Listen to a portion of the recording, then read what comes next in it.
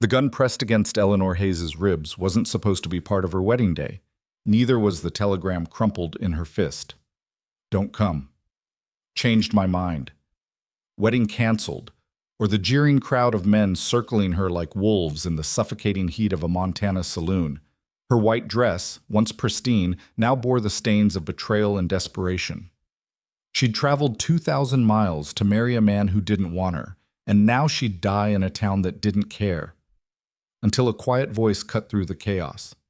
You don't belong here. A rancher stood in the doorway, two hollow-eyed boys clinging to his legs. Come with me. Stay until the end to see how a bride abandoned at a train station becomes the mother who saves an entire family from destruction. Like this video and comment what city you're watching from, so I can see how far this story has traveled. The summer sun beat down on Eleanor Hayes like a punishment she hadn't earned. It was July, high summer in Montana Territory, 1882, and the heat shimmered off the railroad tracks in waves that made the horizon look like water. Eleanor stood on the platform of Copper Ridge Station, her white wedding dress already darkened with sweat and the red dust that seemed to coat everything in this godforsaken place. She clutched the telegram in her hand so tightly the paper had gone damp. The words blurred, but she'd already memorized them. Stop. Wedding canceled. Do not proceed to Copper Ridge. Return east immediately. Callaway. 4 weeks of travel. 2,000 miles across an unforgiving country. Every penny she had left in the world spent on train fare and the dress she wore. And James Callaway, the man who'd courted her through letters filled with promises of a home, a partnership, a future, had decided she wasn't worth the trouble after all. Eleanor's legs trembled. She'd been standing on this platform for 3 hours, watching the train that brought her disappear back toward civilization, while the sun climbed higher and the few people who'd bothered to glance her way moved on with their business. A bride alone, abandoned, ridiculous in her wedding finery with nowhere to go and no money to leave. The station master, a grizzled man with tobacco-stained teeth, had stopped asking if she needed help. The last time he'd approached, he'd made it clear what kind of help men in this town offered women with no protection. Eleanor had locked herself in the ladies' waiting room until he left, but she couldn't hide there forever. The sun would set eventually, and Montana nights, she'd heard, could be as dangerous as the days were harsh.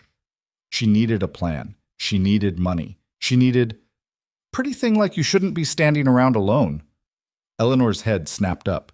3 men had materialized near the platform's edge, rough-looking cowboys with the kind of easy confidence that came from knowing no one would stop them from taking what they wanted.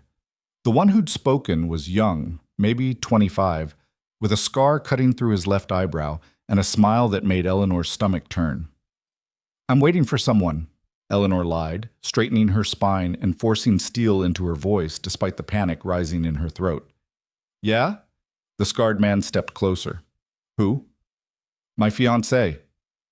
That's so? Another man laughed, older and meaner looking. Funny thing, saw Jim Callaway head out to the Anderson Ranch this morning with another woman, real pretty blonde. Didn't look like he was expecting any bride from back east. The words hit Eleanor like a physical blow. Another woman. Of course. James hadn't just changed his mind. He'd found someone else, someone already here, someone more convenient. And he'd been too cowardly to even tell her before she'd traveled halfway across the continent. So, the scarred man said, his smile widening as he watched the realization cross Eleanor's face. Seems like you ain't got nobody waiting after all, which means you're free for the taking. He reached for her arm. Eleanor jerked backward, her heel catching on the hem of her dress. She stumbled, but didn't fall, her heart hammering so hard she could hear it in her ears. Don't touch me. Or what? The third man joined the others now, forming a loose half-circle that cut off her retreat. You gonna report us to the sheriff? He's my cousin, sweetheart, and he ain't particularly interested in the complaints of women who show up in wedding dresses for men who don't want 'em. Eleanor's mind raced. She could scream, but who would come? She could run, but where? The town of Copper Ridge spread out beyond the station, a collection of wooden buildings baking in the heat, saloons and supply stores and homes that all looked hostile and unwelcoming. She knew no one. She had nothing. She was completely, terrifyingly alone. "Leave me alone," she said again, but her voice shook this time, and they heard it. The scarred man lunged. Eleanor ran. She didn't think, didn't plan, just picked up her skirts and bolted off the platform toward the main street. Behind her, the men laughed and gave chase, their boots heavy on the sun-baked ground. Eleanor's lungs burned. The dress was too heavy, the corset too tight, the heat too oppressive. She'd never outrun them. She just needed to find somewhere public, somewhere with witnesses, somewhere. The saloon appeared ahead, its doors propped open to let in whatever breeze might exist. Eleanor could hear piano music and rough laughter spilling out into the street. She didn't hesitate. She ran straight through those doors into the dim, whiskey-soaked interior. Conversation stopped. Every head turned. Eleanor froze in the doorway, gasping for breath, her hair falling loose from its pins and her dress a disaster. 20, maybe 30 men stared at her, cowboys and ranchers and drifters, all of them holding cards or drinks or cigars, all of them looking at her like she was something between entertainment and prey. "Well, well," someone drawled. "What do we have here?" The scarred man and his friends appeared in the doorway behind her, blocking her escape. "Just a lost little bride," Scarface said loudly, to scattered laughter. "Looking for a husband since hers didn't want her." Eleanor's face burned with humiliation, but she forced herself to look around the room, searching desperately for someone, anyone who might help. But these were hard men in a hard town, and the amusement in their eyes told her everything she needed to know about what they thought of a desperate woman in a wedding dress. "I have money," Eleanor lied, her voice carrying across the sudden silence. "I can pay for a room. I just need—" "You don't have any money," the older cowboy from the station said, pushing past her into the saloon. "You spent it all getting here, didn't you? For a man who don't want you." He turned to address the room. "Jimmy Calloway sent for this one months ago, then changed his mind when Sarah Pritchard's daddy offered him 300 acres and a herd of cattle to marry his daughter instead. Left this one stranded at the station with nothing but that fancy dress." More laughter, cruel and knowing. Eleanor felt tears burning behind her eyes but refused to let them fall. She wouldn't cry, not here, not in front of these men who already saw her as worthless. "So what's a woman like that good for, boys?" Scarface asked, his hand closing around Eleanor's wrist before she could pull away. "Since she ain't gonna be a wife?" The room erupted in suggestions that made Eleanor's blood run cold. She tried to wrench her arm free, but his grip was iron. Someone else grabbed her other arm. Hands reached for her dress, her hair, pulling her deeper into the saloon while she struggled, and the piano player started up again like this was just another Tuesday afternoon's entertainment. "Let me go!" Eleanor finally screamed, abandoning dignity for survival. She kicked out, felt her foot connect with someone's shin, heard a curse. But there were too many of them, and she was one woman in a wedding dress that made her a target and a joke and a thing to be used. "That's enough." The voice wasn't loud, but it cut through the chaos like a knife through cloth. The hands on Eleanor stopped pulling. The laughter died down. Even the piano player's fingers faltered. Eleanor turned her head, gasping, and saw him. He stood in the saloon doorway, tall and broad-shouldered, with dark hair shot through with premature gray and eyes the color of storm clouds. His face was weathered by sun and wind, carved into hard lines that suggested a man who'd seen more trouble than most and survived it without softening. He wore simple rancher's clothes, dark trousers, a worn shirt, a leather vest, and carried himself with the kind of quiet authority that didn't need a weapon to back it up. Though he had one. A rifle hung loose in his right hand, not pointed at anyone, but present. Beside him, pressed against his legs like they were trying to disappear into his shadow, stood two identical boys. They couldn't have been more than 9 years old, thin and wary, with their father's dark hair and eyes that looked decades too old for their faces. They watched the scene in the saloon without expression, like violence and cruelty were things they'd learned to expect. "Jacob Reed," the bartender said, and his voice held a note of caution. "Didn't know you were in town." "Just finishing business," Jacob said. His gaze moved across the crowd and settled on Eleanor, still held between Scarface and his friend. Something flickered in those storm-gray eyes, recognition, maybe, or understanding. "Let her go." "Why?" Scarface's grip tightened on Eleanor's wrist hard enough to hurt. "She ain't yours. She ain't anybody's. Calloway didn't want her, and she's got nowhere else to go. That makes her fair game. It makes her desperate, Jacob said quietly. Not stupid. She came in here looking for help, not to be mauled by men who should know better. He paused. I said let her go. There was something in his voice now, not a threat exactly, but a promise. The kind of promise that suggested Jacob Reed didn't make statements he wasn't prepared to back up. Scarface hesitated, clearly weighing his options. Around the saloon, other men shifted uncomfortably. Eleanor got the sense that Jacob Reed wasn't someone you crossed lightly, even if you outnumbered him 20-1. She's trouble, the older cowboy muttered, but he released Eleanor's other arm. Woman shows up in a wedding dress for a wedding that ain't happening. That's bad luck, bad business. Then it's lucky she's leaving, Jacob said. His eyes found Eleanor's. You don't belong here. Come with me. Eleanor stared at him. It wasn't a request exactly, more like a statement of fact delivered in a tone that expected compliance. But there was something in his face, some flicker of genuine concern beneath all that weathered hardness, that made her want to trust him even though she'd just learned the hardest lesson of her life about trusting men she didn't know. I don't... Her voice came out hoarse. She swallowed and tried again. I don't know you. No, Jacob agreed. But you know them. He nodded toward Scarface and his friends. And you know what happens if you stay here without money or protection. So the question isn't whether you know me. It's whether you want to live through the night. Scarface laughed, harsh and ugly. Big talk, Reed, but you can't watch her forever. And this town's got a long memory for women who need teaching. Jacob's expression didn't change, but something dangerous flickered in his eyes. Touch her again, he said softly, and I'll make sure your memory gets real short real fast. The threat hung in the air like smoke. No one moved. Even the piano player had stopped completely now, watching the standoff with the rest of the room. Eleanor made her decision. She pulled her wrist free from Scarface's slackened grip and walked, straight-backed, head high, across the saloon floor toward Jacob Reed and his silent sons. Every eye followed her, every step felt like a mile. But she didn't look back, didn't let herself think about what she was doing or what might happen next. When she reached Jacob, he stepped aside to let her pass through the doorway into the blinding sunlight beyond. The boys moved with him like shadows, never quite meeting Eleanor's gaze but aware of her every movement. Thank you, Eleanor managed once they were outside, her voice shaking with reaction now that the immediate danger had passed. Jacob didn't respond. He was watching the saloon entrance, rifle still in hand, waiting to see if anyone would be stupid enough to follow. When no one did, he finally looked at her, really looked at her, taking in the ruined dress and loose hair and desperate eyes. What's your name? He asked. Eleanor Hayes. You really come here to marry Jim Calloway?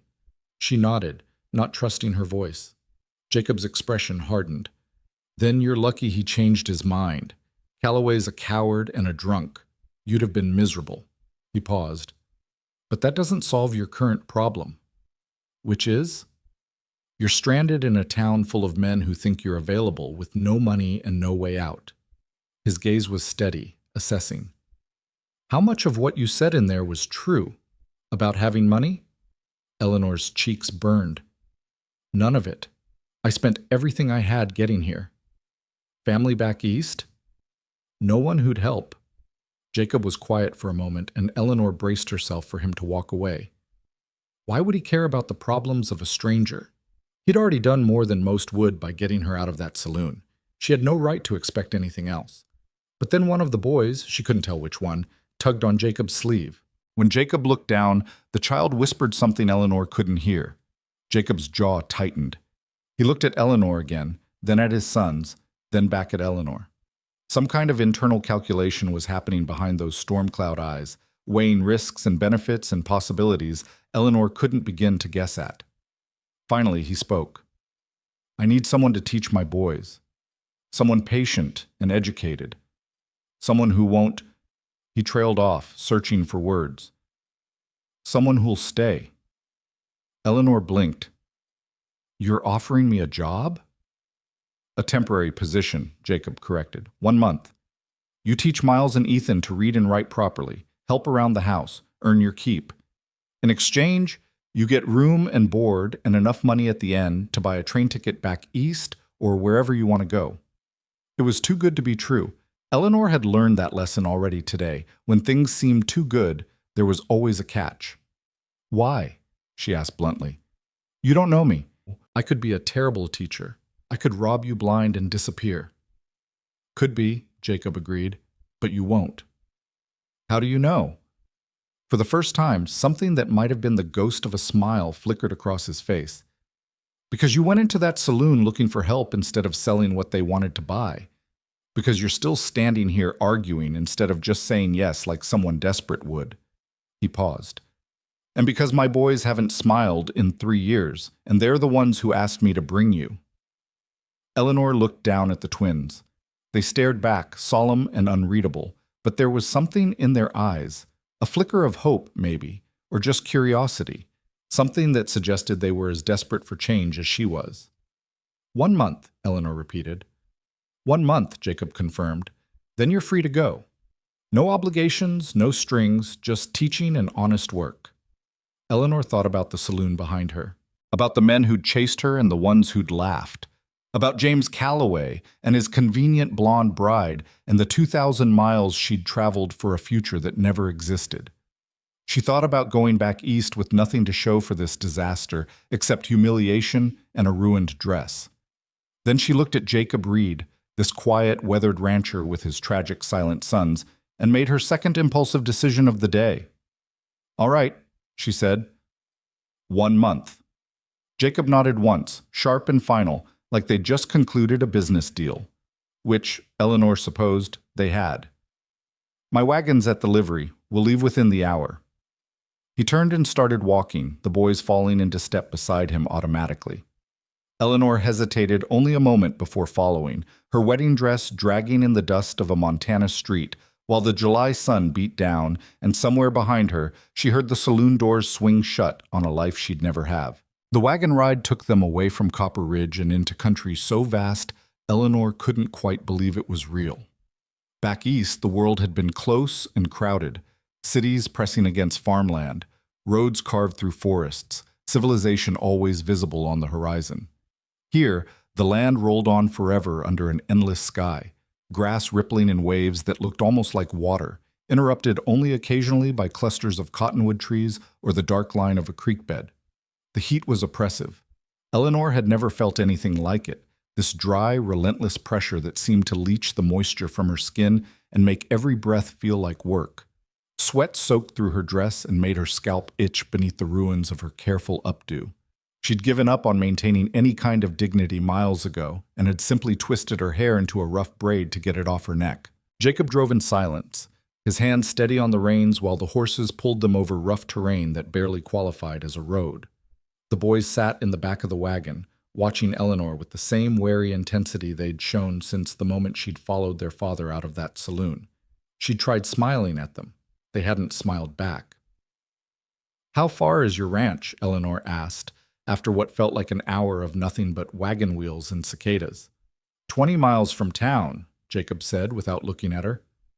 Another hour yet. 20 miles. Eleanor tried to imagine what that meant for supplies, for help, for escape if things went wrong.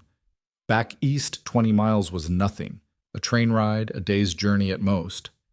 Here, it felt like the distance between civilization and wilderness. "Do you go into town often?" she asked. "Once a month for supplies.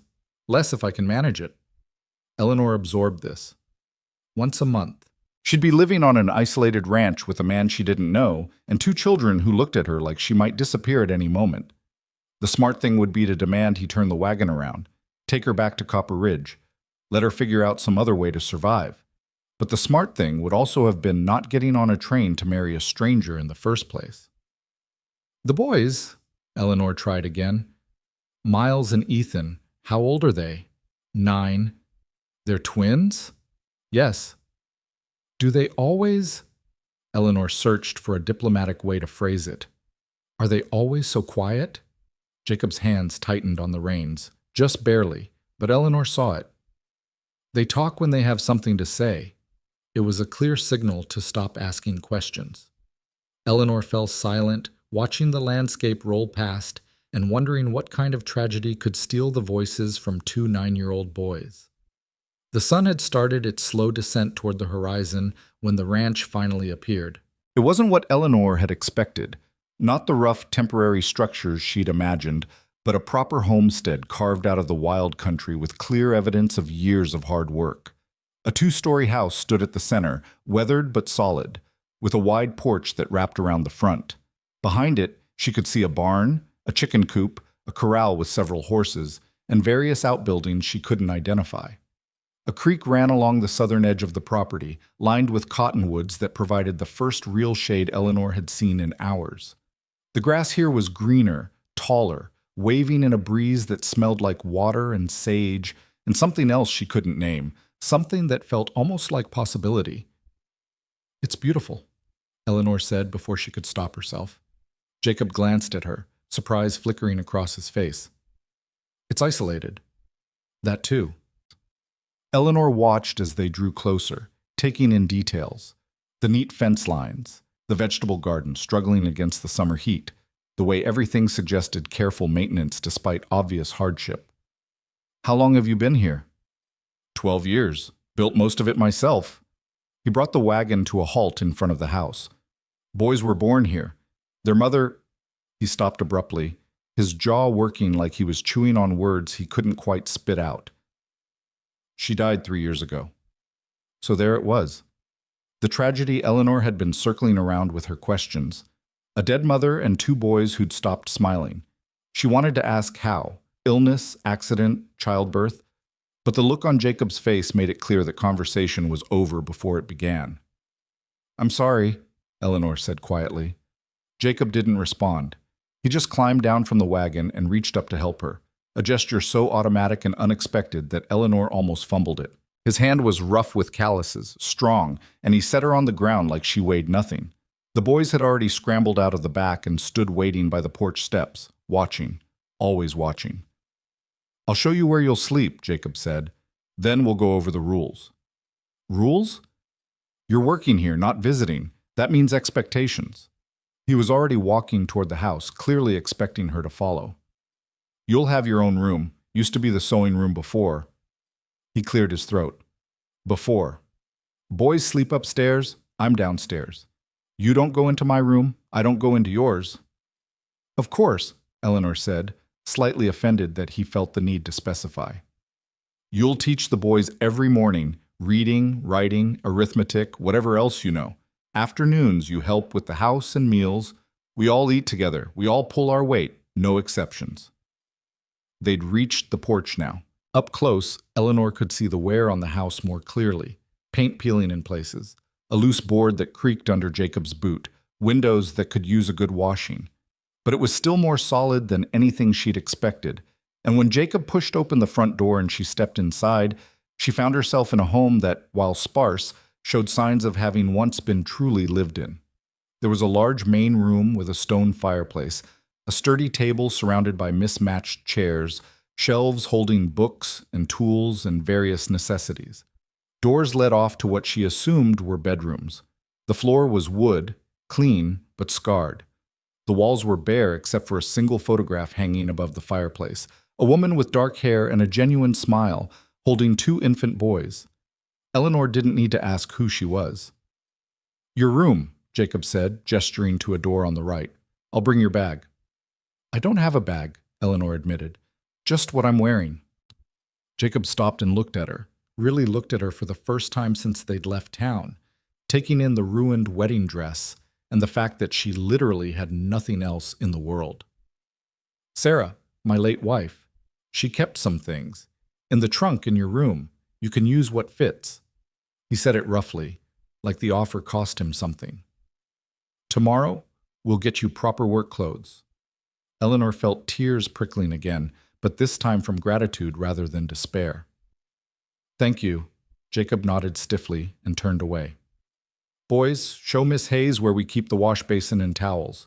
I expect she'll want to clean up before supper." The twins moved as one, silent and efficient, gesturing for Eleanor to follow them. She did, leaving Jacob standing alone in that room with the photograph of his dead wife and the stranger he'd just brought into his home. Her room was small but clean. A narrow bed, a dresser, a window looking out over the creek, and the promised trunk at the foot of the bed.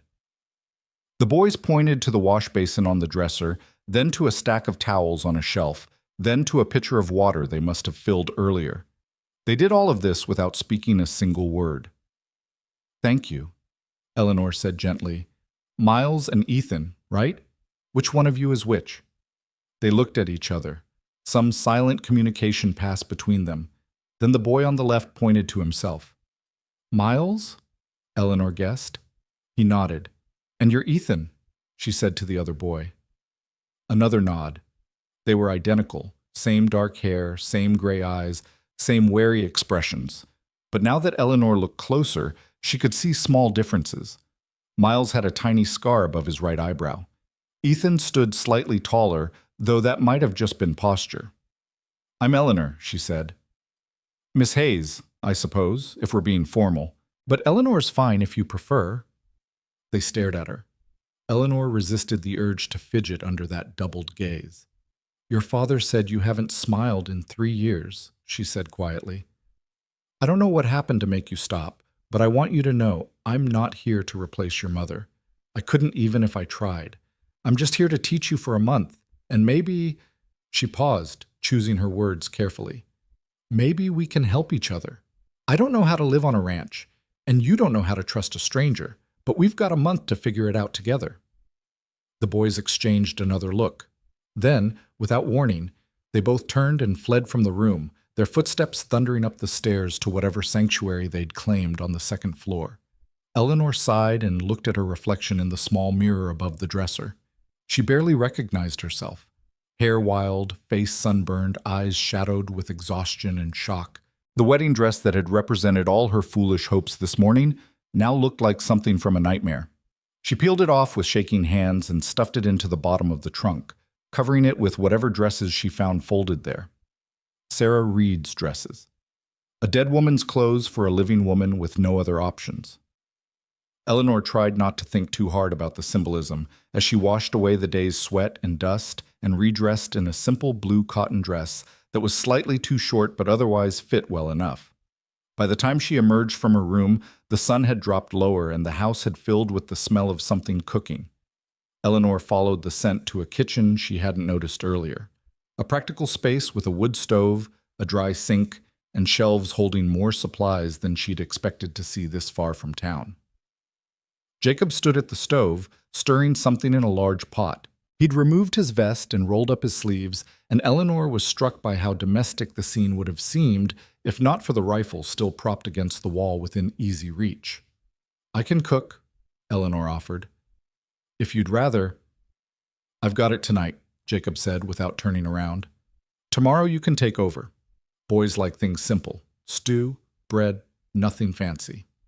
"I can manage that." "Good." He ladled stew into 4 bowls and set them on the table. "Boys, supper." The thundering footsteps came again, and Miles and Ethan appeared at the kitchen doorway. They'd washed up, Eleanor noticed, faces clean, hair damp. They slid into chairs on one side of the table and waited, hands in their laps, eyes down. Jacob sat at the head of the table. After a moment's hesitation, Eleanor took the remaining seat, the one that must have been Sarah's, facing the kitchen, close enough to the stove to serve, but far enough from Jacob to maintain that careful distance he seemed to require. They ate in silence. The stew was surprisingly good, beef and vegetables and some herb Eleanor couldn't identify, but that gave everything a pleasant, earthy flavor. She was hungrier than she'd realized, and it took effort not to simply shovel the food in like she hadn't eaten in days. "Tomorrow," Jacob said eventually, his voice startling in the quiet, "you'll start teaching after breakfast. I'll show you where the books are. Boys already know their letters and numbers. Their mother taught them that much. But they need more. History, geography, proper grammar, whatever you can give them." "I'll do my best," Eleanor said. "I was a teacher back in Boston, for 2 years before—" She trailed off, not wanting to explain the circumstances that had led her to accept James Calloway's proposal in the first place. Jacob didn't push. "Then you know what you're doing. That's good." He glanced at his sons. "And they're smart boys. They'll learn if you give them reason to." It was the first almost compliment Eleanor had heard him give, and from the way Miles and Ethan sat up slightly straighter, it might have been the first they'd heard in a while, too. After supper, Jacob disappeared to deal with some evening chores while Eleanor washed the dishes with the boys' silent, efficient help. They knew exactly where everything belonged, working around her in a coordinated dance that suggested years of practice. When Eleanor tried to put a pot on the wrong shelf, Ethan gently redirected her hand without speaking. By the time everything was clean and put away, full darkness had fallen outside the windows. Eleanor could hear crickets and the distant sound of the creek, and nothing else. No city noise, no neighbors, no sign of human life beyond this small circle of light in the vast Montana night. Jacob reappeared and sent the boys upstairs to bed. They went without argument, though Eleanor saw them pause at the top of the stairs to look back at her, like they were checking to make sure she was still there. "They'll test you," Jacob said once the boys were out of earshot. "See if you'll stay or run like—" He stopped himself. "They'll test you. Don't take it personal." "I won't," Eleanor promised, though she wasn't sure she believed it. Jacob studied her for a long moment, his expression unreadable in the lamplight. "You did a brave thing today. Stupid, maybe, trusting a stranger. But brave. I didn't have much choice.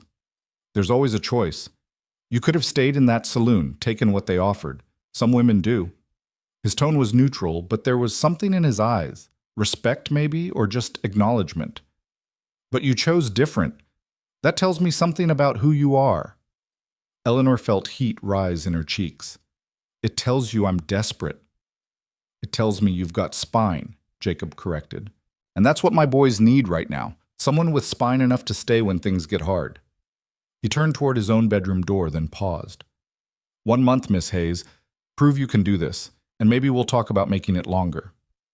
"I thought you said 1 month. No obligations." "I did. But things change."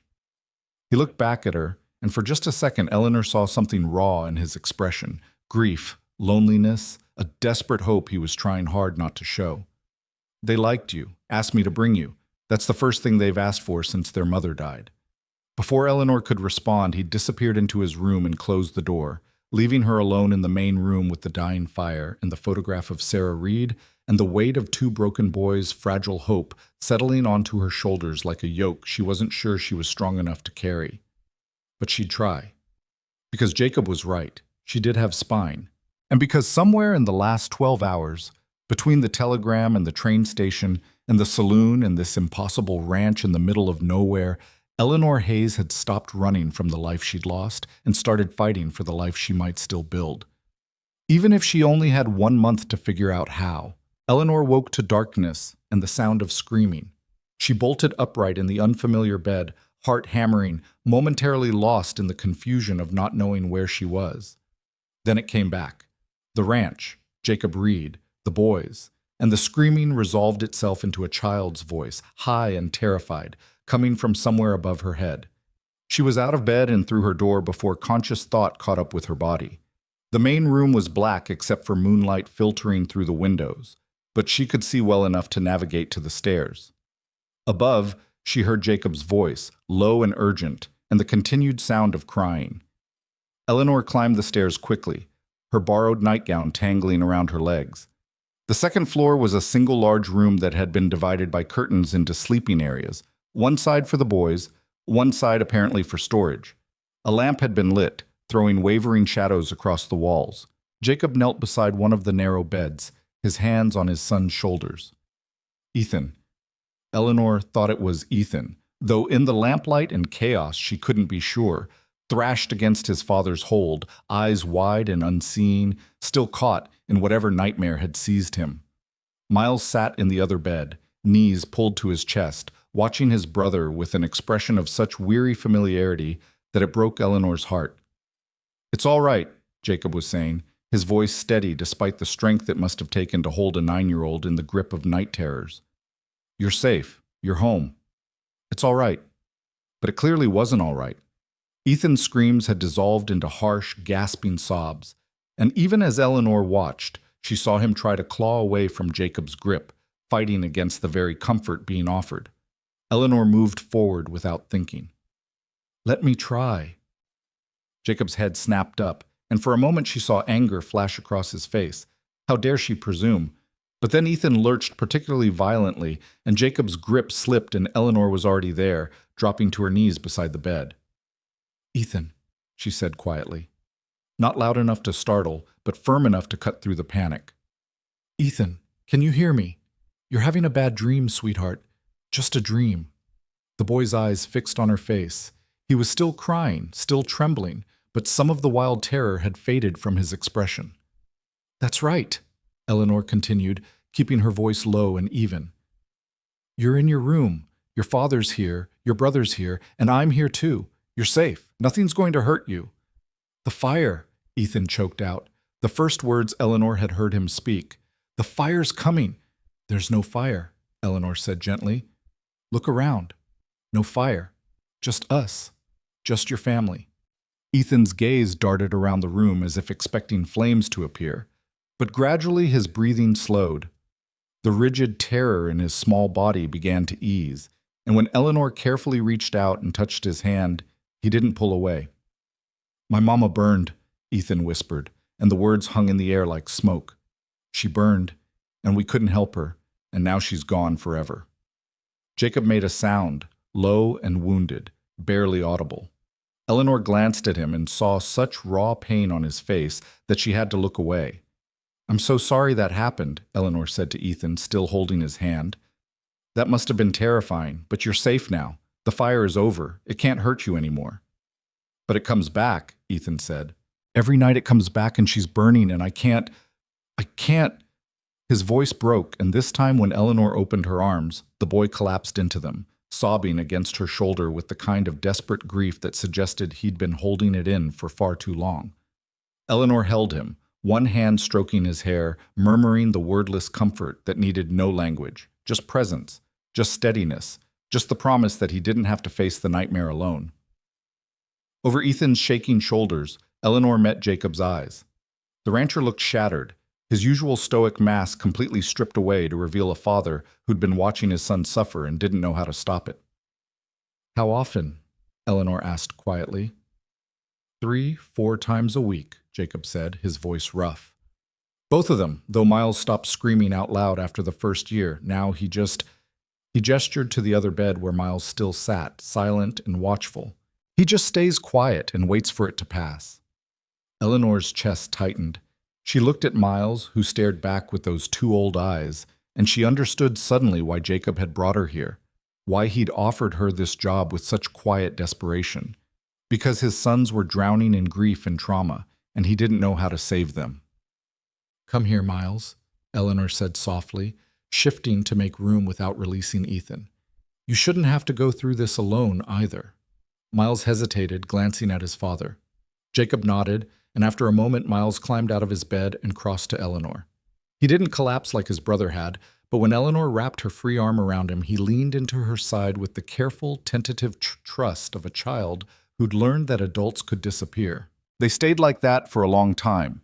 Eleanor on the floor beside Ethan's bed, both boys pressed against her while Jacob watched from a few feet away, looking lost in his own home. Gradually, Ethan's sobs quieted to hiccuping breaths, then to silence. His weight grew heavier as exhaustion pulled him back toward sleep. "Can you tell us a story?" Miles whispered. The first time Eleanor had heard his voice too, and it was startling how similar the twins sounded. "Mama used to tell us stories when we couldn't sleep." Eleanor's mind raced.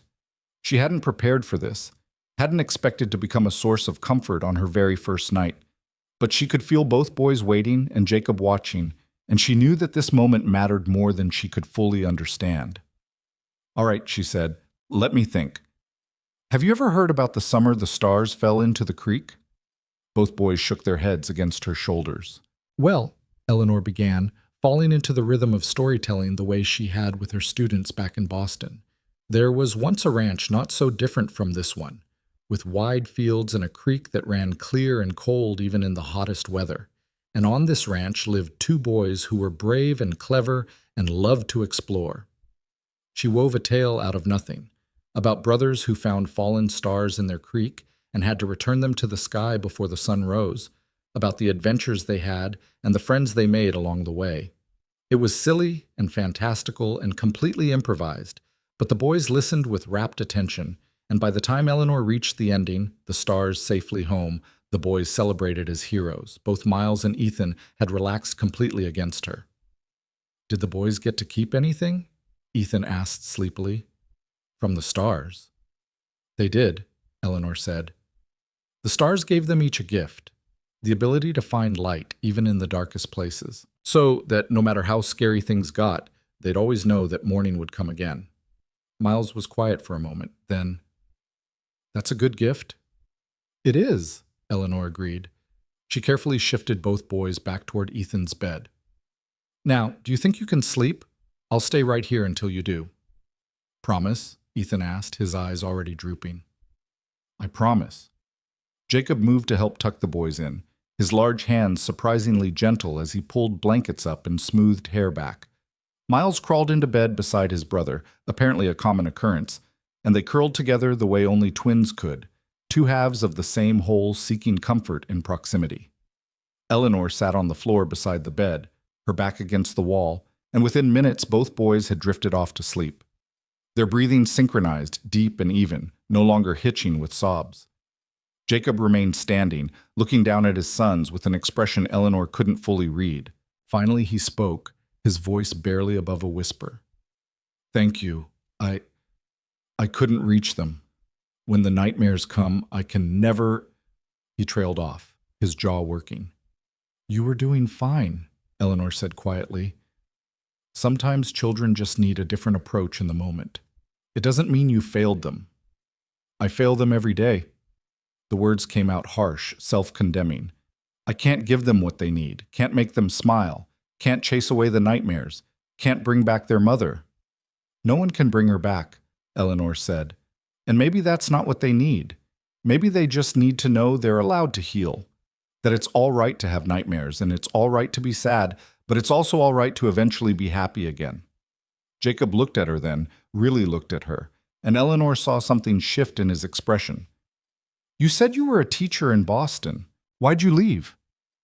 Eleanor hadn't expected the question, and for a moment she considered deflecting, but something about the darkness and the intimacy of the moment, both of them keeping vigil over sleeping children, made honesty feel necessary. "My students' parents thought I was too modern in my methods," she said carefully. "Too willing to question traditional approaches, too—" She paused, searching for the right word. "Too much.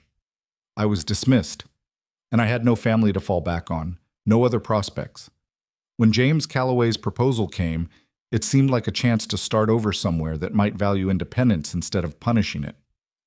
Seems like you got something different than you bargained for." Eleanor almost laughed. "That's an understatement." "You could still leave," Jacob said. "When the month's up, go back east, find another teaching position somewhere that appreciates what you can do." "I could?" Eleanor agreed. She looked down at the sleeping boys, at the way they held on to each other, even in sleep. "Or I could stay. See if I can actually help." "They're already attached to you," Jacob warned. "If you leave after making them care, it'll hurt them worse than never having you at all." "Then I'll have to make sure I don't make promises I can't keep," Eleanor said. She met Jacob's gaze steadily. 1 month. That's what we agreed. I'll give you everything I have for that month, and at the end, we'll see where we stand." Jacob studied her for a long moment, then nodded slowly. "Fair enough." He moved toward the stairs. "I'll leave the lamp burning low in case they wake again. You should get some sleep, Miss Hayes. Morning comes early on a ranch."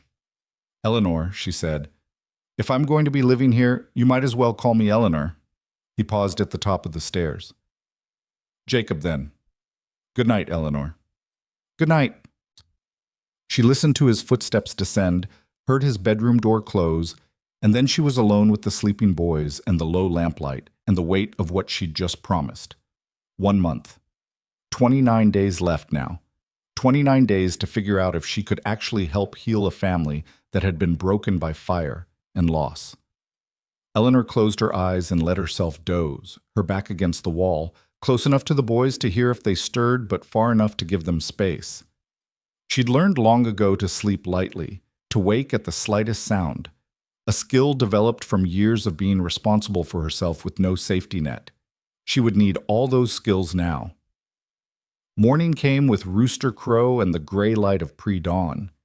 Eleanor woke stiff and sore from sleeping on the floor, but when she checked the boys, they were still sleeping peacefully, their faces relaxed in a way that made them look actually 9 years old instead of 90. She crept downstairs to find Jacob already up, coffee brewing on the stove and the smell of bacon filling the kitchen. He glanced at her as she entered, taking in her wrinkled nightgown and sleep-tangled hair, but didn't comment. "Coffee?" he offered. "Please." He poured her a cup, strong and black, and returned to the bacon. They worked in companionable silence, Jacob cooking while Eleanor set the table and tried to remember where everything was stored. By the time the boys appeared, drawn by the smell of breakfast, there were plates of bacon and eggs and fresh bread waiting. The boys looked better this morning, rested, calmer. They slid into their usual seats and ate with good appetite while Eleanor watched them covertly, trying to understand the children she'd be teaching. "After breakfast," Jacob said, "I'll show Eleanor where the books are kept, and you boys will start your lessons.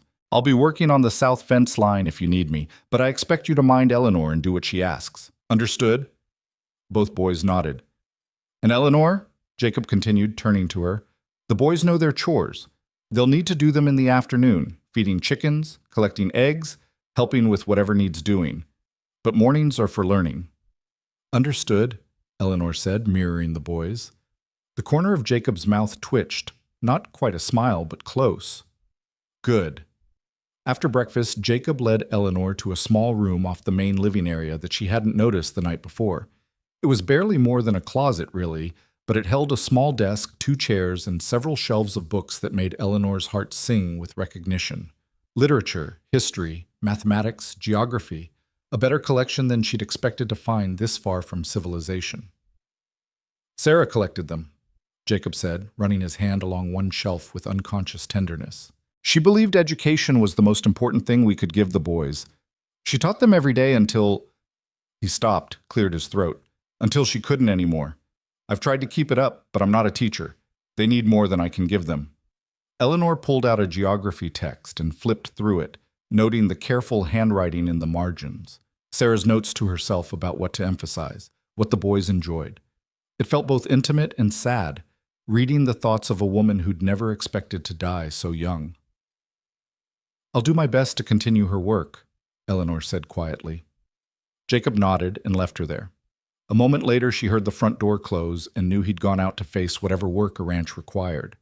The boys appeared in the doorway, waiting. Eleanor smiled at them. "Well then, shall we begin?" The first days fell into a rhythm that felt both foreign and increasingly natural. Mornings meant lessons. Eleanor quickly discovered that Jacob hadn't exaggerated about his son's intelligence. They read well for their age, understood mathematical concepts with ease, and had absorbed more history and geography from their mother than many children twice their age knew. But there were gaps, places where Sarah's death had interrupted their education, and Eleanor set about filling them with patient determination. The boys were cautious with her at first, answering questions but offering nothing extra, completing assignments with mechanical precision but no enthusiasm. But gradually, as the days passed and Eleanor proved she wasn't going to disappear or hurt them or try to replace their mother, they began to thaw. It started with small things. Miles asking a question that wasn't part of the lesson, just curiosity. Ethan volunteering information about something he'd observed during afternoon chores. Both of them leaning closer when Eleanor read aloud from the adventure novels Sarah had collected, their eyes bright with interest they couldn't quite hide. Afternoons were for practical work, and this was where Eleanor struggled most. She'd never collected eggs from chickens that seemed personally offended by her presence. She'd never weeded a garden in heat that made her dizzy. She'd never learned to work a water pump or hang laundry or cook over a wood stove that required constant adjustment to maintain the right temperature. But the boys helped her, and slowly Eleanor began to understand the quiet language they'd developed. The way Miles would touch her elbow when she was about to make a mistake. The way Ethan would demonstrate a task without speaking, and then wait patiently while she tried it herself. They were teaching her just as much as she was teaching them, though neither party acknowledged it out loud. Jacob remained largely separate from their daily routine. He worked the ranch from dawn until well after dusk, appearing for meals and occasionally in the evenings to check on the boys, but otherwise keeping his distance. Eleanor understood it was deliberate. He was giving her space to establish her own relationship with his sons, not wanting to crowd or complicate things. But sometimes she'd look up from the garden or the laundry and find him watching from across the yard, his expression unreadable. And sometimes at dinner, when the boys were talking more freely than they had in years according to the subtle changes in Jacob's face, she'd catch him looking at her with something that might have been gratitude or might have been fear. 2 weeks into her stay, Eleanor woke again to screaming. This time it was Miles, and this time Eleanor knew what to do. She went upstairs, sat beside his bed, and told him another story, this one about 2 boys who tamed wild horses that could run faster than the wind. By the time she finished, both twins were calm and drowsy, and when she rose to leave, Ethan's small voice stopped her. "Will you stay again, until we fall asleep?" Eleanor had been planning to return to her own bed, exhausted from a day of hard work under the relentless sun, but she looked at their faces, hopeful and vulnerable in the lamplight, and found she couldn't refuse. "Of course," she said, and settled against the wall. She woke hours later to find someone had covered her with a blanket. Jacob stood at the top of the stairs, another blanket in his hands, clearly having just finished tucking her in. Their eyes met in the dim light. Neither spoke. Jacob simply nodded once, acknowledgement, maybe, or thanks, and disappeared back downstairs. Eleanor pulled the blanket closer and let herself drift off again, warmed by more than just wool. The 3rd week brought the first real test of Eleanor's resolve. She'd gone into town with Jacob to pick up supplies, leaving the boys at the ranch under strict instructions to stay close to the house. It was her first time back in Copper Ridge since the day she'd arrived, and she felt the eyes on her the moment they drove down the main street. "Ignore them," Jacob said quietly, handling the reins with steady hands. But ignoring them proved difficult when Scarface, whose name, Eleanor learned, was actually Tom Miller, blocked their path outside the general store. "Well, well," Tom said, his grin as unpleasant as Eleanor remembered. "If it isn't Reed's new housekeeper, how's that working out for you, sweetheart? Getting tired of playing mama to someone else's brats yet?" Eleanor felt anger flash through her, hot and sharp. She opened her mouth to respond, but Jacob was already moving. He handed her the reins and stepped down from the wagon with the kind of deliberate calm that somehow seemed more dangerous than rage. "You've got something to say to me, Tom?" Jacob asked, his voice quiet. Tom's grin faltered slightly. "Just making conversation, Reed. No need to get all protective. We all know she's just temporary anyway.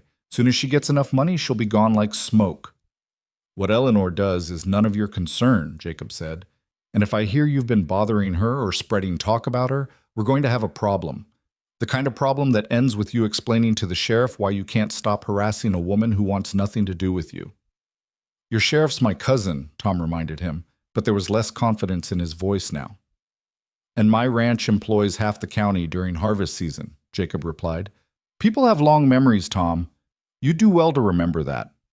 He held Tom's gaze until the younger man looked away, then turned and walked into the general store like nothing had happened. Eleanor sat frozen on the wagon, her heart pounding with a mixture of fear and something else, something warm that she didn't want to examine too closely. Inside the store, Jacob conducted business with his usual efficiency while Eleanor gathered supplies from a list he'd given her. The shopkeeper's wife, a pleasant woman named Martha, chatted with Eleanor about recipes and garden troubles, treating her like a normal customer instead of a scandal. It was such a relief after Tom's hostility that Eleanor found herself relaxing, even smiling. "It's good to see those boys have someone looking after them properly again," Martha said quietly as she wrapped Eleanor's purchases. "Jacob does his best, but a ranch that size and 2 grieving boys, it was too much for one man. I'm glad you're there." "It's only for a month," Eleanor said automatically. Martha gave her a knowing look. "That's what my sister said when she came out here to help her cousin with the children. She's been here 23 years now, married to the rancher next door, with 5 children of her own." She smiled. "Sometimes temporary has a way of becoming permanent, if you let it." Eleanor didn't know how to respond to that, so she simply thanked Martha and carried her packages out to the wagon. Jacob was already there, loading supplies into the back. He helped her up without comment, and they drove out of town in silence. They were halfway home when Jacob finally spoke. You handled Tom well. Keeping quiet, I mean. Some women would have made it worse by trying to argue with him. Eleanor felt a flash of irritation. I'm not some women, and I didn't keep quiet because I'm meek. I kept quiet because you were already handling it, and I didn't want to undermine you. Jacob glanced at her, surprise flickering across his face. I didn't mean— I know what you meant, Eleanor interrupted, and I appreciate you standing up for me. But don't mistake strategic silence for inability to defend myself. If you hadn't been there, I would have handled Tom just fine. Would you? Jacob's tone was mild, but there was genuine curiosity there. How? I spent 2 years teaching in a school where half the fathers thought women had no business educating children, and the other half thought I should be grateful for any attention they gave me, appropriate or not, Eleanor said. I learned to use words like weapons, Jacob. I learned exactly how to make a man feel small without giving him anything concrete to complain about. Tom Miller doesn't scare me. He's just another bully who thinks intimidation is the same as power. Jacob was quiet for a long moment. Then, I believe you. But all the same, I'm glad I was there. Something in his tone made Eleanor look at him. His hands were tight on the reins, his jaw set, and she realized he'd been more worried than he'd let on. Not worried that she couldn't handle herself, but worried about what might happen if Tom pushed too hard and crossed a line Jacob couldn't protect her from. The boys asked about you this morning, Jacob said, changing the subject. Wanted to know if you were coming back or if you'd decided to leave while you were in town. Eleanor's chest tightened. What did you tell them? That you'd be back, that you promised them a month, and you seemed like the type to keep your word. He paused. They've lost too many people, Eleanor. Their mother, and before that, there were others. Housekeepers who couldn't handle the isolation, who left without warning. The boys learned not to trust anyone who wasn't blood. But they're trusting me, Eleanor said quietly. Yes. Jacob met her eyes briefly before returning his attention to the road. So please, whatever you decide to do when the month is up, give them warning. Let them prepare. Don't just disappear. I won't, Eleanor promised. I would never do that to them. They completed the journey in silence, but it was a different quality of silence now. Comfortable, companionable. When they finally pulled up to the ranch, the boys came running from the house, and Eleanor felt something shift in her chest at the sight of their eager faces. She was getting attached. Despite all her warnings to herself, despite knowing this was temporary, she was falling in love with these broken boys and their careful, wounded father. And the truly terrifying part was that she no longer wanted to leave. That night, after another story and another peaceful sleep for the twins, Eleanor sat on the porch while the crickets sang and the stars wheeled overhead in their endless dance.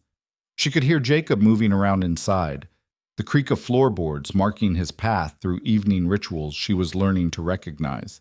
The door opened, and he emerged with 2 cups of coffee, handing her one without asking if she wanted it. They sat together in the darkness, not touching but close enough that Eleanor could feel his warmth in the cooling night air. 3 weeks left, Jacob said eventually. Yes. You could stay longer, if you wanted. The boys, they're better with you here. Anyone can see that. Eleanor's heart pounded. Jacob, I'm not asking for anything except what we already have, he said quickly. You teaching the boys, helping with the house. Same arrangement, but longer than a month. Stay through the summer at least. Give them time to really heal. It was tempting, so tempting, but Eleanor had learned hard lessons about temporary arrangements that became permanent traps. And then what? Another extension? Another season? When does it end, Jacob? When do I get to decide my own future instead of living in someone else's temporary need? That's fair, Jacob said quietly. I'm asking too much. You're asking me to risk getting even more attached to boys I'll have to leave eventually, Eleanor corrected. You're asking me to build a life I can't keep. What if you could keep it? The question hung between them, heavy with implications Eleanor wasn't ready to examine. Before she could respond, a sound from inside made them both turn. One of the boys was calling for her, nightmare again, and Eleanor rose automatically, setting down her coffee. We'll talk about this later, she said, and went inside to comfort children who weren't hers but were starting to feel like they might be. Behind her, Jacob remained on the porch, staring out at the dark land he'd built his life on, wondering if he'd just made the worst mistake of his life by letting himself hope. The conversation on the porch haunted Eleanor for the next 2 days. She went through the motions, teaching the boys, managing the house, learning the endless rhythms of ranch life. But Jacob's question echoed in her mind. What if you could keep it? What did that even mean? Marriage? Permanent employment? Some undefined arrangement that would leave her trapped between belonging and always being the outsider? She was still wrestling with it on the third night when she woke, not to screaming, but to the sharp smell of smoke. Eleanor's eyes snapped open. For a moment she thought she was dreaming, that the boy's nightmares had somehow infected her sleep. But no. The acrid scent was real, and when she sat up she could see an orange glow flickering through her window. Fire. She was out of bed and running before fear could freeze her. "Jacob!" she screamed, flinging open her door. "Jacob, fire!" He emerged from his room already pulling on boots, his face grim in the strange light. "Get the boys. Get them outside, away from the buildings. I'll handle the fire." Eleanor took the stairs 2 at a time, her heart in her throat. The upper floor was filling with smoke, not thick yet, but enough to make her eyes water. She could hear crackling now, hungry and close, coming from somewhere below. "Miles? Ethan!" She reached their beds and shook them awake.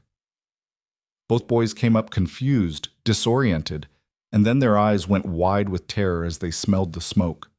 "No," Ethan whispered. "No, no, not again." "Listen to me," Eleanor said, gripping both their shoulders hard enough to hurt. "We're getting out. Right now. Stay with me. Stay close, and we're going to be fine." But Ethan had gone rigid with panic, his breathing coming in short, sharp gasps that Eleanor recognized as the beginning of a full breakdown. Miles grabbed his brother's hand, his own face pale with fear, but he stayed focused. "Come on," Miles urged. "Ethan, we have to go." Eleanor said we have to go. Eleanor scooped Ethan up. He was lighter than she expected, all bones and terror, and grabbed Miles's hand with her free arm. "Stay low. If the smoke gets bad, cover your mouth with your shirt. Don't let go of me." They made it down the stairs into chaos. The fire had started in the hay barn. Eleanor could see it through the window, flames climbing the dry wood with terrifying speed. But embers had jumped to the main house, and now the kitchen was burning, fire eating through the wall with hungry efficiency. Jacob was already there with buckets, trying to contain it, but Eleanor could see it was a losing battle. The summer had been too dry, the wind too strong. Everything was kindling, waiting for a spark. "Get them out!" Jacob shouted when he saw her. "Take them to the creek and stay there!" Eleanor didn't argue. She ran for the front door, Miles keeping pace beside her while Ethan clung to her neck, his face buried in her shoulder. Outside, the world had gone mad with firelight and shadow. The barn was fully engulfed now, flames reaching toward the star-filled sky. Embers drifted on the wind like hellish snow. Eleanor ran toward the creek, her bare feet finding stones and thorns but not stopping. Behind her she could hear Jacob shouting orders to himself, the crash of timbers as part of the barn collapsed. The horses were screaming in the corral, trapped, terrified. "The horses," Miles gasped. "Papa needs to get the horses." "Your father knows what he's doing," Eleanor said, though she wasn't sure she believed it. She reached the creek bank and set Ethan down in the shallow water, then pulled Miles in beside him. "Stay here. Don't move. I need to help your father." "No!" Both boys grabbed for her. "Don't leave us. Mama left and she never came back."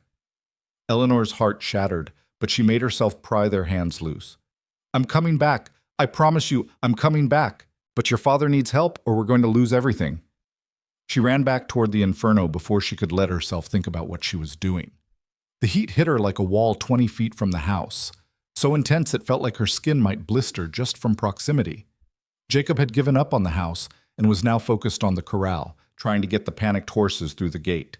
Eleanor grabbed a bucket from the pump and started hauling water, throwing it on the embers that kept landing on the porch, the roof, anywhere the wind carried them.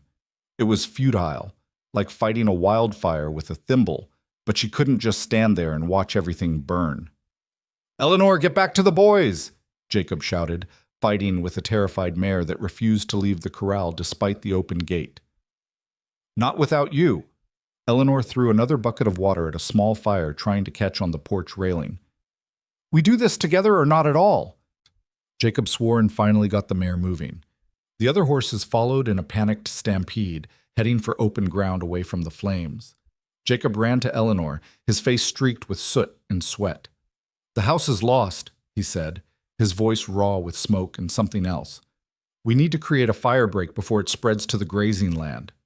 They worked like demons possessed, using shovels to dig a trench in the hard summer earth, throwing dirt on every ember they could find. Eleanor's hands blistered and bled. Her lungs burned from smoke. But she didn't stop, couldn't stop, because behind her was everything Jacob had built, and ahead of her were two boys who'd already lost their mother to fire. The kitchen wall collapsed with a roar of sparks and flame. Part of the roof followed, timbers crashing inward. Eleanor watched 12 years of Jacob's life burn and wanted to weep, but there was no time for grief. Only work. Only the desperate race against fire and wind and fate. It took 3 hours. 3 hours of brutal labor, of watching the barn and half the house burn to ash, of fighting spot fires that kept springing up like evil flowers. But finally, the wind shifted. The fire lost its momentum. What remained continued to burn, but it was contained now, eating itself rather than spreading. Eleanor collapsed to her knees in the dirt, coughing so hard she thought her ribs might crack. Jacob dropped beside her, his hands raw and bleeding, his face gray with exhaustion and shock. The boys, Eleanor gasped. I need to check on the boys. She tried to stand, but her legs wouldn't hold her. Jacob caught her before she fell, his strong hand steadying her even though he was shaking too. I'll go, he said. You did enough. More than enough. Together, Eleanor insisted. We go together. They stumbled toward the creek like two drunks, holding each other up. The eastern sky was beginning to pale with the first hint of dawn, and in that gray light, Eleanor could see the full extent of the damage. The barn was gone. The kitchen and back half of the house were destroyed. Outbuildings had burn marks. The corral fence had collapsed. But the boys were safe. She could see them huddled by the creek where she'd left them, and that was all that mattered. Miles saw them first and came running, Ethan right behind him. They hit their father like small cannonballs, and Jacob went down to his knees, wrapping both boys in his arms and holding them so tight Eleanor could see him trembling. You're alive, Ethan sobbed. You didn't burn. You didn't leave us. Never, Jacob said, his voice breaking. Never, boys. I'm right here. Eleanor stood apart, watching the family reunion and feeling suddenly like the intruder she'd always been. This was their tragedy, their survival, their moment. She had no right to be part of it. But then Miles pulled away from his father and ran to Eleanor, wrapping his arms around her waist. You came back, he said fiercely. You promised, and you came back. Of course I did, Eleanor said, running her hand through his smoke-tangled hair. I'll always come back. I promised, didn't I? Ethan joined his brother, and Eleanor found herself holding both boys while Jacob watched with an expression she couldn't read. They stood like that as the sun rose over the ruins, 4 people who'd survived the night but didn't yet know what came next. The days that followed were a blur of salvage and survival. They moved what remained of their possessions into the front part of the house, the section that hadn't burned. Jacob and the boys slept in the main room while Eleanor took the only intact bedroom. They cooked over an outdoor fire pit since the kitchen was gone. They washed in the creek and rationed water and made do with a fraction of what they'd had before. Neighbors came to help once word spread. Ranchers Eleanor had never met showed up with lumber and tools and strong backs, working alongside Jacob to shore up what remained and start planning repairs. The community that had seemed so hostile when Eleanor first arrived proved itself capable of surprising compassion in the face of disaster. But not everyone was helpful. On the 4th day after the fire, a rider appeared at midday while Jacob was working on the barn foundation with 2 neighboring ranchers. Eleanor was teaching the boys under a cottonwood tree by the creek, trying to maintain some normalcy despite the chaos. She looked up when she heard horses and felt her stomach drop. Tom Miller sat astride a fine bay gelding, and he wasn't alone. 3 other men flanked him, rough-looking types that made Eleanor think of the cowboys who'd chased her through Copper Ridge that first day. Jacob saw them too and straightened, his hammer still in hand. The neighboring ranchers exchanged glances and moved to stand with him. The air went tight with tension. "Tom," Jacob said, his voice neutral, "what brings you out here?" "Heard you had some trouble," Tom said, his smile not reaching his eyes. "Thought we'd come see if there was anything left worth saving." "We're managing fine. Don't need your help." "That's so." Tom's gaze swept over the burned buildings, the makeshift camp, and landed on Eleanor and the boys. "Seems like you could use all the help you can get, especially with mouths to feed that ain't even yours." Eleanor stood slowly, placing herself between the boys and the mounted men.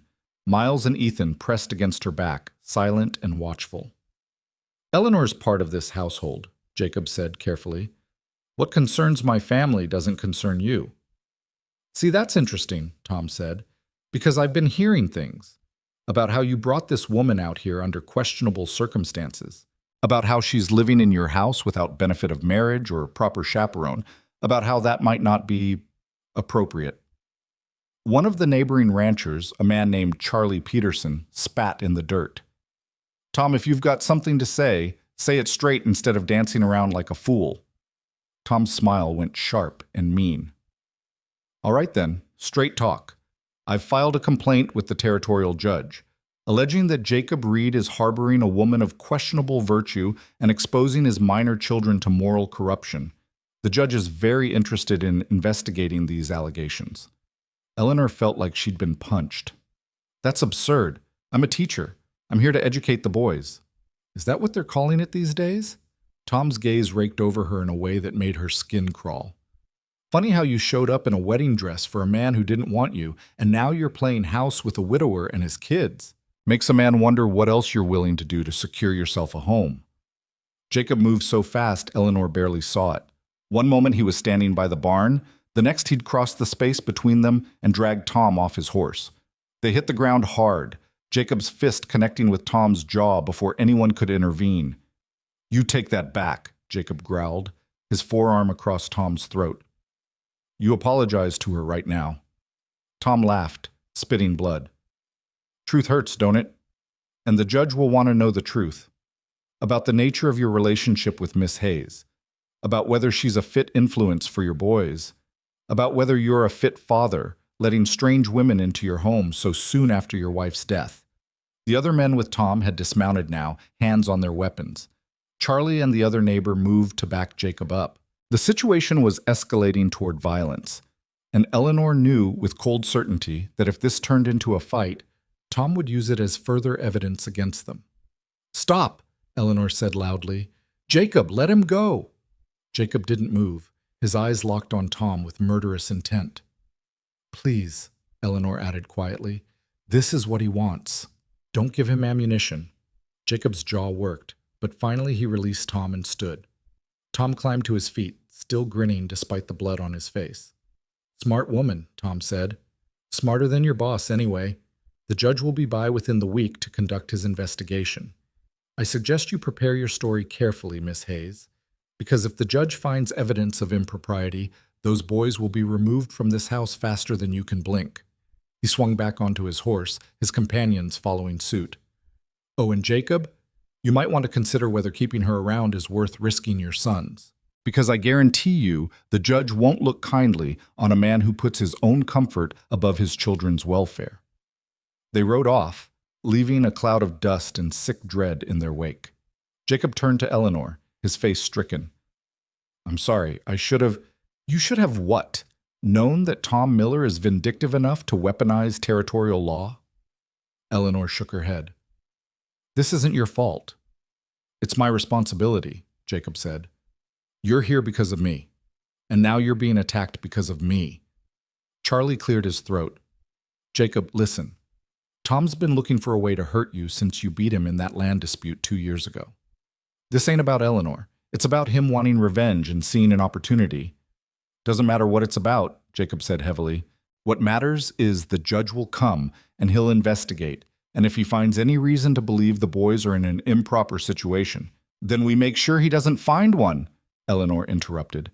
She was thinking fast now, her mind racing through possibilities and consequences. "I'll leave." "What?" Jacob and both boys spoke simultaneously, their voices sharp with panic. "I'll go back to Copper Ridge, find a room at the boarding house," Eleanor continued. "Remove myself from the situation entirely. Then there's nothing for the judge to investigate. No impropriety, no scandal, just a teacher who was temporarily employed and has now left." "No," Miles said, grabbing her hand. "You can't go. You promised you wouldn't leave us." "I promised I wouldn't disappear without warning," Eleanor corrected gently. "This is different. This is me leaving to protect you." "It's exactly the same," Ethan's voice cracked. "Everyone leaves. Everyone dies or goes away, and we're always alone again." Eleanor dropped to her knees in front of the boys, taking both their hands. "Listen to me. If I stay and the judge decides your father is unfit because of me, you could be taken away from him, sent to live with strangers, split up, put in institutions. I won't risk that. I won't be the reason you lose everything." "There has to be another way," Jacob said, his voice raw. "There is," Charlie said quietly. Everyone turned to look at him. He shifted uncomfortably under the attention. "You could marry her." Silence fell like a stone. "What?" Eleanor managed. "Makes sense," Charlie continued, warming to his argument. "You need a mother for the boys. Eleanor needs a home and protection. Get married, make it legal and proper, and Tom's got nothing. The judge can't complain about impropriety if you're man and wife." "That's insane," Eleanor said. "We barely know each other. Marriage it's not something you do to win a legal dispute." "People marry for all kinds of reasons out here," Charlie said pragmatically. "Love's a luxury. Partnership, mutual need, convenience, those are the foundations most marriages are built on in the territories. And from what I've seen, you two work well together. The boys love her, Jacob, and she clearly cares about them. That's more than a lot of couples start with." Jacob was staring at Eleanor with an expression she couldn't read. "It's your choice," he said finally. "I won't force you into anything, but if you're willing, it would solve the problem." Eleanor's mind spun. Marriage. To a man she'd known for less than a month. A man whose dead wife's dresses she wore, whose sons she was growing to love, whose grief still hung over this burned ranch like smoke. But what were her alternatives? Go back to Copper Ridge and watch from a distance as Tom Miller destroyed this family out of spite? Return east to nothing and no one, carrying the guilt of abandoning children who'd already been abandoned too many times? She looked at the boys, Miles and Ethan watching her with desperate hope in their eyes, already bracing for another loss. She looked at Jacob, steady and strong despite everything, offering her a choice that was really no choice at all. She looked at the burned buildings and the salvaged life and the community that had rallied around them, and she made her decision. "All right," Eleanor said. "I'll marry you." The wedding happened 3 days later in the front room of what remained of the Reed house. Charlie Peterson served as witness, along with his wife Martha. The circuit preacher, who happened to be passing through, conducted the ceremony with professional efficiency and no questions about the hasty nature of the union. Eleanor wore a simple dress borrowed from Martha. Her wedding dress was still stuffed in the bottom of the trunk, and she couldn't bring herself to look at it. Jacob wore his cleanest shirt and pants, his hair still damp from washing. The boys stood beside them, solemn and watchful, not quite understanding what was happening, but understanding it was important. The vows were brief, the kiss perfunctory, the ring a simple band Jacob had commissioned from the blacksmith in town. 20 minutes after it started, Eleanor Hayes became Eleanor Reed, and the temporary arrangement she'd agreed to 1 month ago became permanent in the eyes of law and society. The preacher left. Charlie and Martha congratulated them awkwardly and departed. And then it was just the four of them, Eleanor, Jacob, Miles, and Ethan, standing in the ruins of the old life and the uncertain beginning of the new one. "Well," Jacob said after a long silence, "that's done." "Yes," Eleanor agreed. They looked at each other, two strangers who were now legally bound, and Eleanor wondered what she'd just committed herself to. That night, Jacob insisted on sleeping outside by the fire pit while Eleanor took the bedroom. The boys slept in the main room as they had been since the fire. It was all very proper and careful, everyone maintaining appropriate distance despite the marriage certificate that said they were now family. Eleanor lay awake listening to the night sounds and trying to process what she'd done. Married. She was married to Jacob Reed, mother to his sons, mistress of a half-burned ranch in the middle of Montana. It was so far from anything she'd imagined for her life that she couldn't quite believe it was real. The judge arrived the following afternoon. He was a severe-looking man named Judge Harrison, riding a fine horse and accompanied by a clerk who took notes on everything. Tom Miller rode with them, his smile triumphant as he dismounted. "Mr. Reed," Judge Harrison said formally, "I'm here to investigate allegations of impropriety in your household, specifically regarding the presence of an unmarried woman living with you and your minor children." Jacob stepped forward, his face carefully neutral. "The allegations are false, Your Honor. Eleanor is my wife. We were married 3 days ago by Circuit Preacher Morrison. Charlie Peterson and his wife served as witnesses." The judge's eyebrows rose. Tom's smile faltered. "Your wife," Judge Harrison repeated. "Yes, sir. Eleanor Reed, formerly Eleanor Hayes. We married in the presence of witnesses and in accordance with territorial law." Jacob pulled out the marriage certificate. "All legal and proper." The judge examined the certificate carefully, his clerk looking over his shoulder and making notes. Tom's face had gone red with fury. "This is convenient timing," Tom said sharply. "Awfully convenient that Reed suddenly marries this woman right before your investigation." "The timing is irrelevant," Judge Harrison said. "The marriage is legal, which means there's no impropriety to investigate. Mr. Miller, you've wasted my time and the territory's resources on a complaint that has no merit." "But she was living here unmarried for weeks," Tom protested. That's still not illegal," the judge interrupted. "Unusual, perhaps, but not grounds for removing children from their father's custody." He turned to Eleanor, who'd been standing silently on the porch. "Mrs. Reed, I assume you're here of your own free will?" Eleanor stepped forward, meeting the judge's gaze directly. "I am, Your Honor. I came to Montana to marry another man who changed his mind. Mr. Reed offered me employment teaching his sons. Over the course of that employment, we grew to respect each other and decided to marry. It may have been quick by Eastern standards, but as I understand it, such arrangements are common in the territories." "They are, indeed," the judge agreed. He studied Eleanor for a moment longer, then nodded. "You seem a capable woman, Mrs. Reed. Your husband and sons are fortunate to have you." He remounted his horse, his clerk scrambling to follow. Tom remained on the ground, his face twisted with impotent rage. "This isn't over, Reed," Tom said quietly. "Yes, it is," Jacob replied. "You've got no complaint, no grounds, no case. Leave my family alone, Tom, because next time you come at us, I won't be so restrained." Tom spat in the dirt at Jacob's feet, a final gesture of contempt, and swung onto his horse. He rode off without another word, but the look in his eyes promised that Jacob was right. This wasn't over. That night, for the first time since the fire, the boys slept without nightmares. Eleanor sat by their beds, watching them breathe in the peaceful rhythm of true rest, and realized that whatever happened next, she'd made the right choice. She'd chosen to stay, to fight, to become part of this broken family and help them heal, even if it meant binding herself to a man she barely knew and a life she'd never imagined. Jacob found her there an hour later, still keeping vigil. "Thank you," he said quietly, "for today, for all of it. You didn't have to—" "Yes, I did," Eleanor interrupted. "They're my sons now too, legally, officially, and I protect what's mine." Something shifted in Jacob's expression. Surprise, gratitude, something else Eleanor couldn't name. "Eleanor, about the marriage. I want you to know I don't expect, that is, we can keep things as they've been. Separate rooms, separate lives, mostly. This doesn't have to change anything you're not ready to change." Eleanor looked at him, this man who'd saved her from disaster, who'd given her purpose and family and a home despite his own grief. "What do you want it to be, Jacob?" He was quiet for so long she thought he wouldn't answer. Then, "I want to stop feeling like I'm drowning.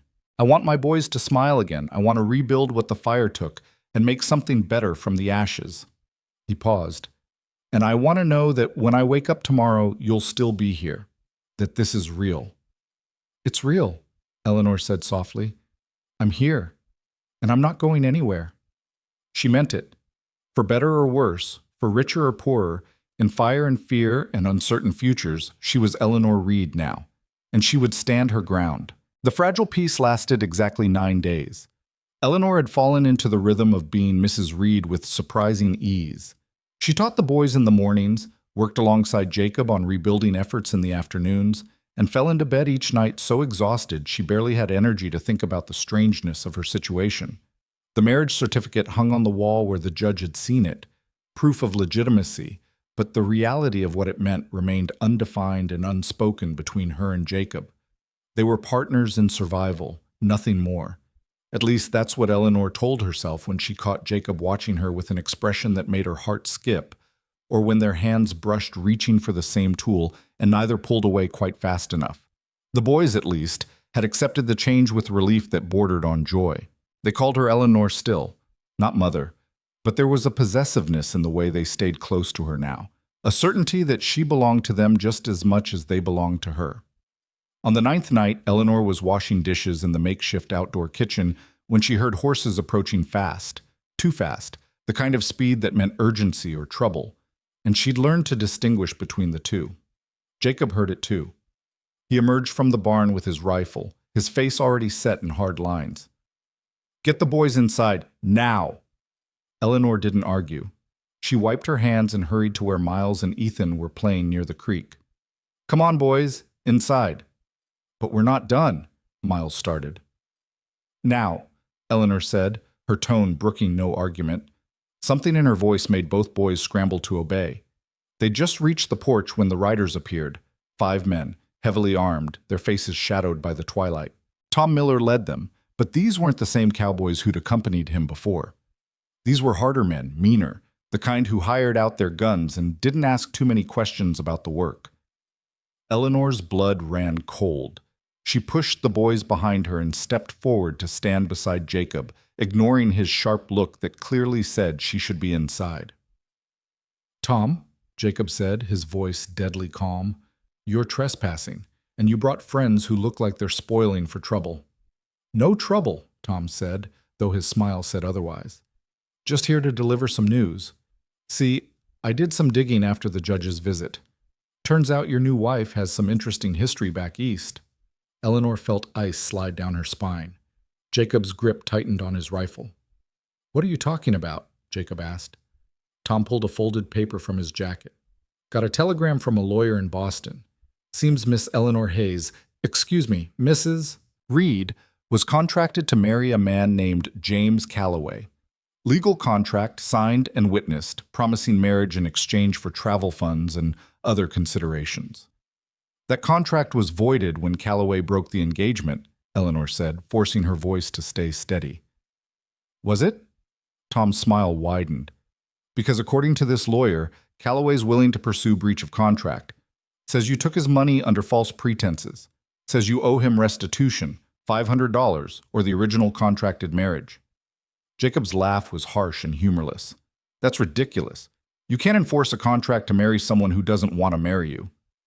"Maybe not," Tom agreed. "But you can sue for breach and damages, and Calloway's lawyer is very interested in doing just that. Says he'll file in territorial court, which means Eleanor here will have to appear and defend herself. Could take months, could cost a lot of money you don't have." "What do you want, Tom?" Jacob's voice had gone dangerously quiet. Tom leaned forward in his saddle. "I want you broken, Reed. I want you to lose everything the way I lost that land because of your interference. And I'll use whatever tools I have to make that happen." His gaze shifted to Eleanor. "Including your convenient wife." "You're insane," Eleanor said. "James Calloway doesn't want me. He married someone else.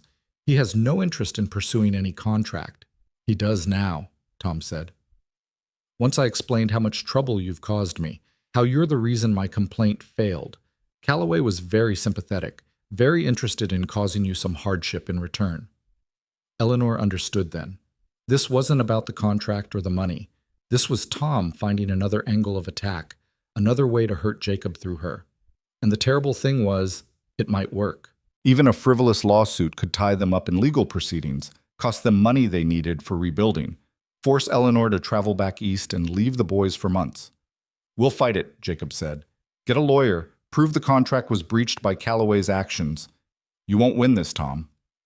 Maybe not, Tom said, but I'll make you bleed for it, and while you're busy fighting in court, well, he gestured to his armed companions. Accidents happen on isolated ranches. Fires start. Cattle wander off. Buildings collapse. It'd be a shame if anything happened to what you've been working so hard to rebuild.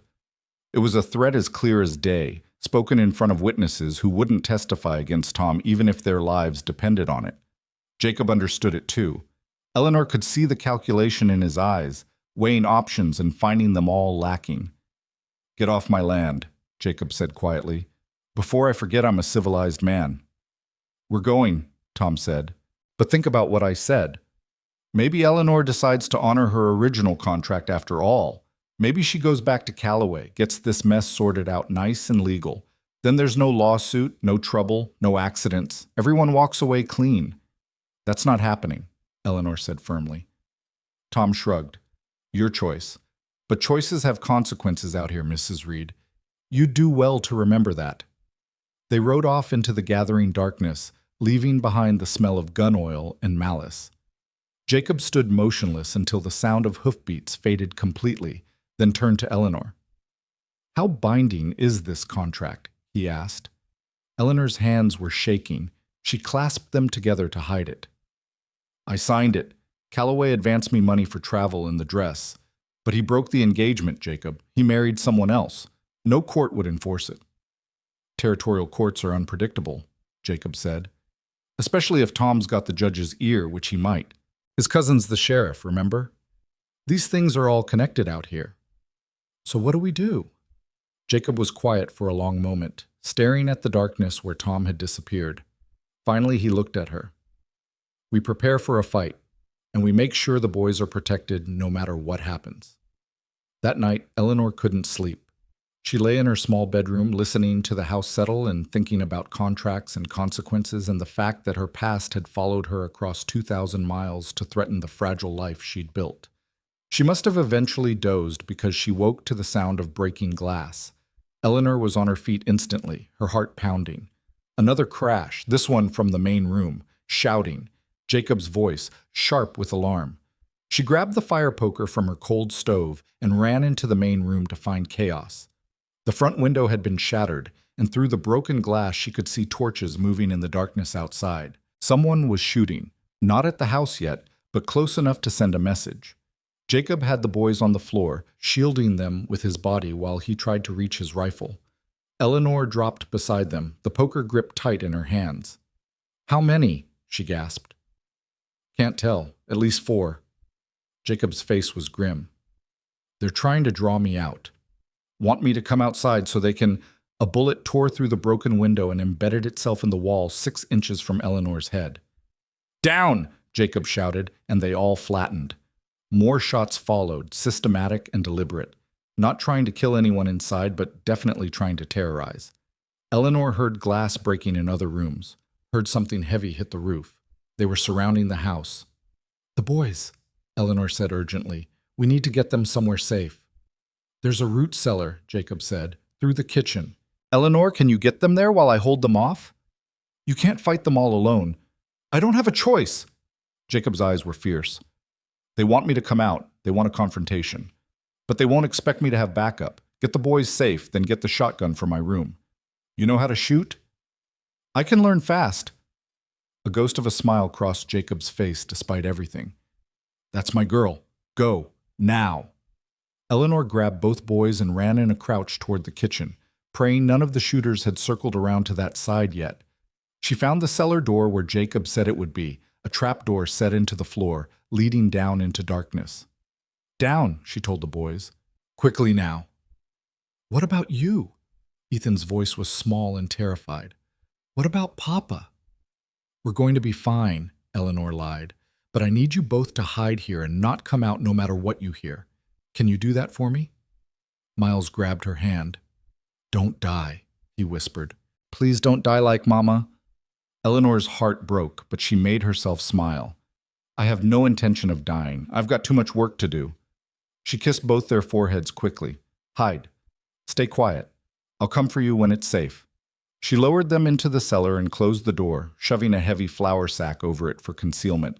Then she ran to Jacob's room and found the shotgun exactly where he'd said it would be, already loaded. Back in the main room, Jacob had returned fire through the broken window. The sound was deafening in the enclosed space.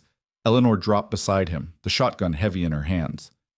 "They're not rushing the house," Jacob reported. "They want to flush us out or burn us out. And my bet is—" The smell of smoke reached them at the same moment. "Fire," Eleanor breathed. "They're setting another fire." Jacob swore viciously. "They torched something upwind. It'll spread to the house within minutes." He looked at Eleanor, and she saw desperation in his eyes. "We can't stay here. We have to run for it." "With the boys in the cellar?" "We get them and we run for the creek. It's our only chance." They were moving before the words fully registered, racing back to the kitchen. Eleanor threw open the cellar door while Jacob provided cover, firing at shadows and movement in the darkness outside.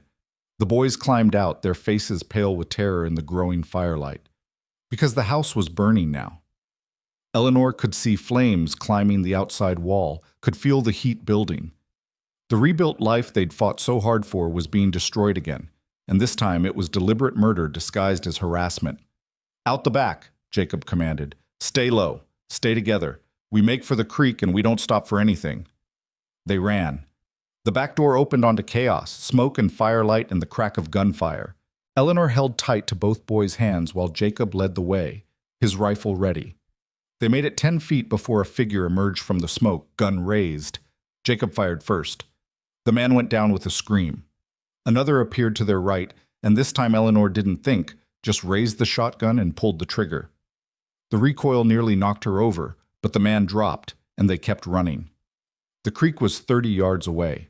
20. 10. They were going to make it, Eleanor thought desperately. They were actually going to— The bullet took Jacob in the shoulder and spun him around. He went down hard, his rifle flying from his hands. Eleanor screamed and dropped beside him, the boys right behind her.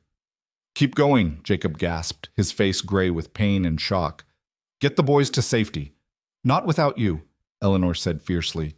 She looked at Miles and Ethan. "Help me. We're getting your father up." Together, the four of them managed to get Jacob to his feet. He swayed, his left arm hanging useless, but he could move. They stumbled toward the creek while bullets kicked up dirt around them and the house burned like a funeral pyre behind them. They made it to the water just as Eleanor heard horses approaching. But these weren't Tom's men. She recognized Charlie Peterson's voice shouting, recognized the arrival of help finally coming. Eleanor lowered Jacob into the shallow water, the cold helping to shock him back toward consciousness. The boys pressed against his good side while Eleanor tore strips from her nightgown to bind the wound in his shoulder. Charlie appeared with 3 other ranchers, all armed, all grim-faced. "We saw the fire from my place. Came as fast as we could. Tom Miller," Jacob managed. "He brought hired guns, tried to burn us out." "We saw them running when we approached," Charlie said. "Didn't get close enough to identify anyone, but we all know who's responsible." His face was hard. "This has gone too far, Jacob. Way too far." Eleanor looked back at the burning house, her home, the place where she'd become Eleanor Reed, where she'd found family and purpose. All of it going up in flames again because Tom Miller couldn't let go of a grudge. Something inside her hardened into steel. "Where would Tom go?" she asked quietly. "Where would he run to after this?" "Eleanor, no," Jacob said, reading her intent. "You're not going after him." "Someone has to," Eleanor interrupted. "He just tried to murder us, Jacob. All of us, including the boys. And if we don't stop him now, he'll keep coming. He'll keep finding ways to hurt us until there's nothing left." Charlie shifted uncomfortably.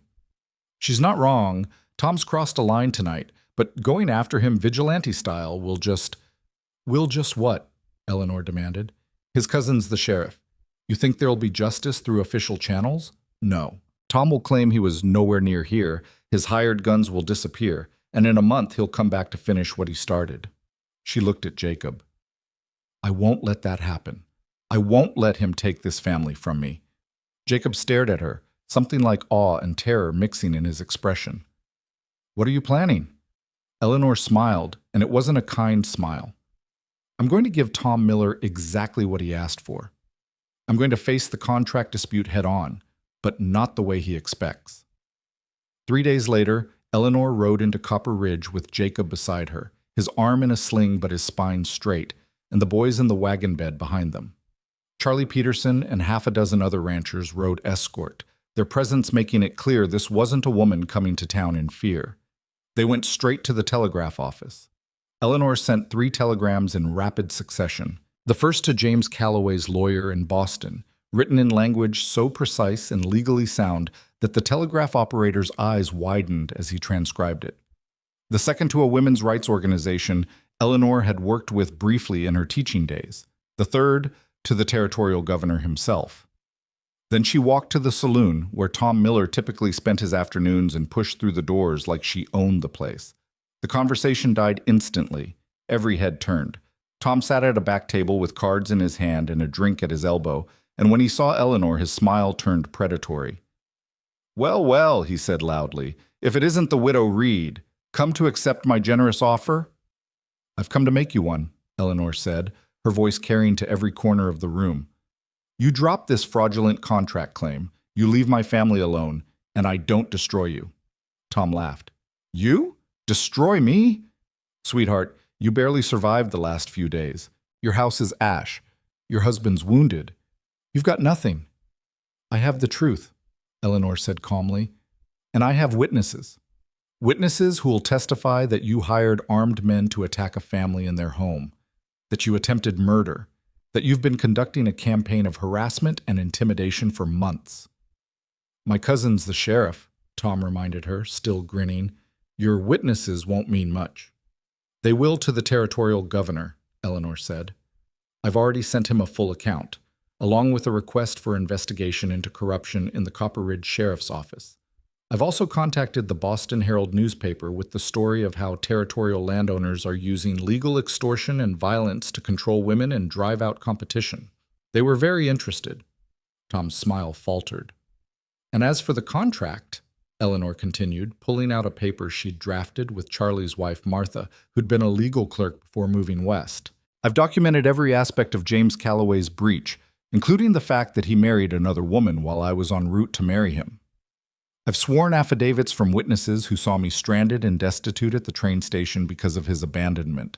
And I've contacted a women's advocacy group that specializes in challenging predatory marriage contracts. They're very eager to make this a test case."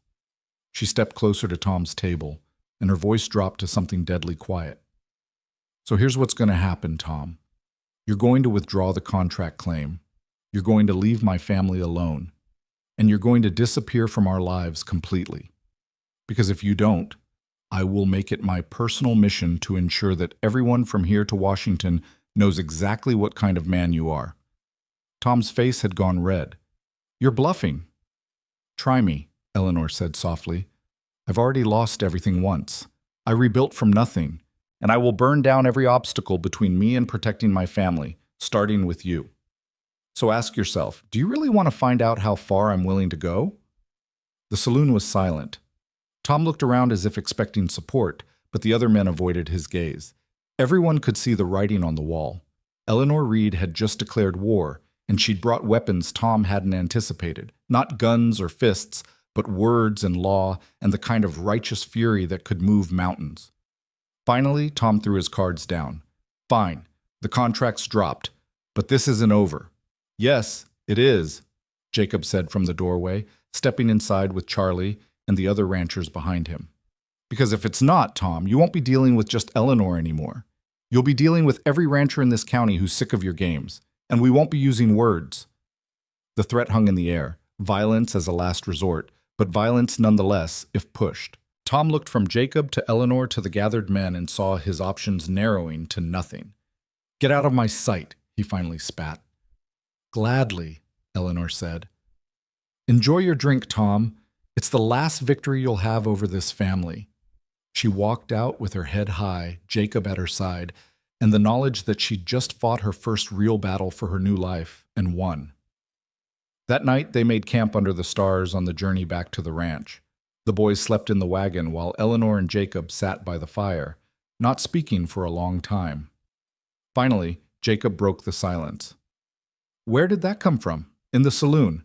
That wasn't the teacher I hired a month ago. Eleanor smiled into the flames. That was the woman who survived being abandoned in a hostile town with nothing. The woman who learned that the only way to protect yourself is to become too dangerous to attack. She looked at him. Did I overstep? Overstep? Jacob laughed, the sound genuinely amused for the first time since she'd known him. Eleanor, you terrified every man in that room, including me. You were magnificent. I meant what I said, Eleanor said quietly, about protecting this family, about burning down obstacles. I know this marriage started as a legal convenience, but these boys, they're mine now. And I don't let anyone hurt what's mine. Jacob reached over and took her hand, the first time he'd initiated touch since their wedding kiss. I know. I saw it in your eyes that first night with the nightmares. You're not just teaching them anymore. You're their mother in every way that matters. Eleanor felt tears prick her eyes. And what are we, Jacob? You and me. He was quiet, his thumb tracing circles on her palm. I don't know yet, he admitted, but I know I trust you with my life, with my sons' lives. I know I'm grateful every day that you didn't get on that train back east, and I know that when I thought Tom's bullet had killed you tonight, He stopped, his voice roughening. I couldn't breathe. Eleanor's heart pounded. Jacob. I'm not asking for anything you're not ready to give, he said quickly. I just need you to know that this marriage might have started as convenience, but for me, it stopped being that somewhere along the way. You're not just my wife on paper anymore, Eleanor. You're the bravest woman I've ever known, and He trailed off, searching for words. Eleanor squeezed his hand. One step at a time, she said gently. We rebuild the house. We heal. We help the boys keep getting better. And we figure out what we are to each other along the way. One step at a time, Jacob agreed. They sat together until the fire burned low, hands joined, watching the stars wheel overhead and knowing that whatever came next, they would face it together. The battle with Tom Miller was over. But the real work, the work of becoming a family, had only just begun. The rebuilding began the morning after they returned from Copper Ridge, before the sun had fully crested the horizon. Eleanor woke to the sound of hammers and voices, and when she stepped outside, she found half the county already assembled in their yard. Ranchers she'd never met, their wives carrying baskets of food, their children running between the workers. Everyone had come to help raise the Reed house from its ashes. Charlie Peterson directed the work with the efficiency of a general commanding troops. Foundation's still solid, he called out. We frame it the same as before, but add a proper kitchen extension. Eleanor, Martha's got some ideas about the layout if you want to give input. Eleanor found herself swept into planning discussions with women who'd been strangers a month ago and were now offering advice on window placement and pantry design like she was one of their own. It was overwhelming and wonderful and completely foreign to someone who'd spent most of her life being told she didn't quite fit anywhere. You'll want the stove here, Martha said, sketching in the dirt with a stick. Catches the morning light but stays cool in the afternoon heat. And a bigger wash basin, trust me, with boys you'll need it. I was thinking, another woman named Sue added, that you might want a separate schoolroom. Word is you're a real teacher, and there's families out here who'd pay to send their children if you're willing to take them on. Eleanor blinked. A school? Here? Why not? Sue gestured at the land around them. Nearest school is 20 miles, and half these kids can't make that journey daily. But if you're teaching the Reed boys anyway, and you've got the training, seems like it'd be good for everyone. The idea took root in Eleanor's mind immediately. A school. Not just teaching Miles and Ethan, but creating something permanent, something that would serve the whole community. It felt right in a way she couldn't quite articulate, like pieces of her old life and new life were finally fitting together into something that made sense. I'd need supplies, Eleanor said slowly. Books, slates, proper desks. We'll figure it out, Martha said firmly. Ranchers can contribute what they can afford. Won't be fancy, but it'll be real education. Better than most of these kids have access to now. Jacob appeared at Eleanor's elbow, his wounded arm still in a sling, but his face less drawn than it had been. You thinking about starting a school? Maybe, Eleanor admitted, if you don't mind the house being overrun with other people's children. Mind? Jacob's expression softened in a way that made Eleanor's heart skip. Eleanor, you've already given my boys back their voices and their hope. If you want to do the same for the whole county, I'll help you build whatever you need to make it happen. By the end of the first week, the house had walls again. By the end of the second, it had a roof and windows and a kitchen that was twice the size of the original. The men worked sunrise to sunset while the women organized meals and kept children occupied, and Eleanor found herself part of a community she hadn't known existed. The boys thrived in the chaos.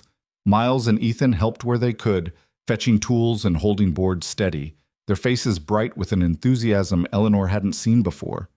And at night, when the workers went home and the four of them ate dinner together in the partially finished house, the boys talked. Really talked. Not just answering questions, but volunteering stories about their day, asking about tomorrow's plans, arguing good-naturedly about who had hammered more nails. "They're healing," Jacob said one night after the boys had gone to bed. He and Eleanor sat on the new porch, watching the stars emerge. "I can see it happening. Every day they're a little more like they were before. Before everything."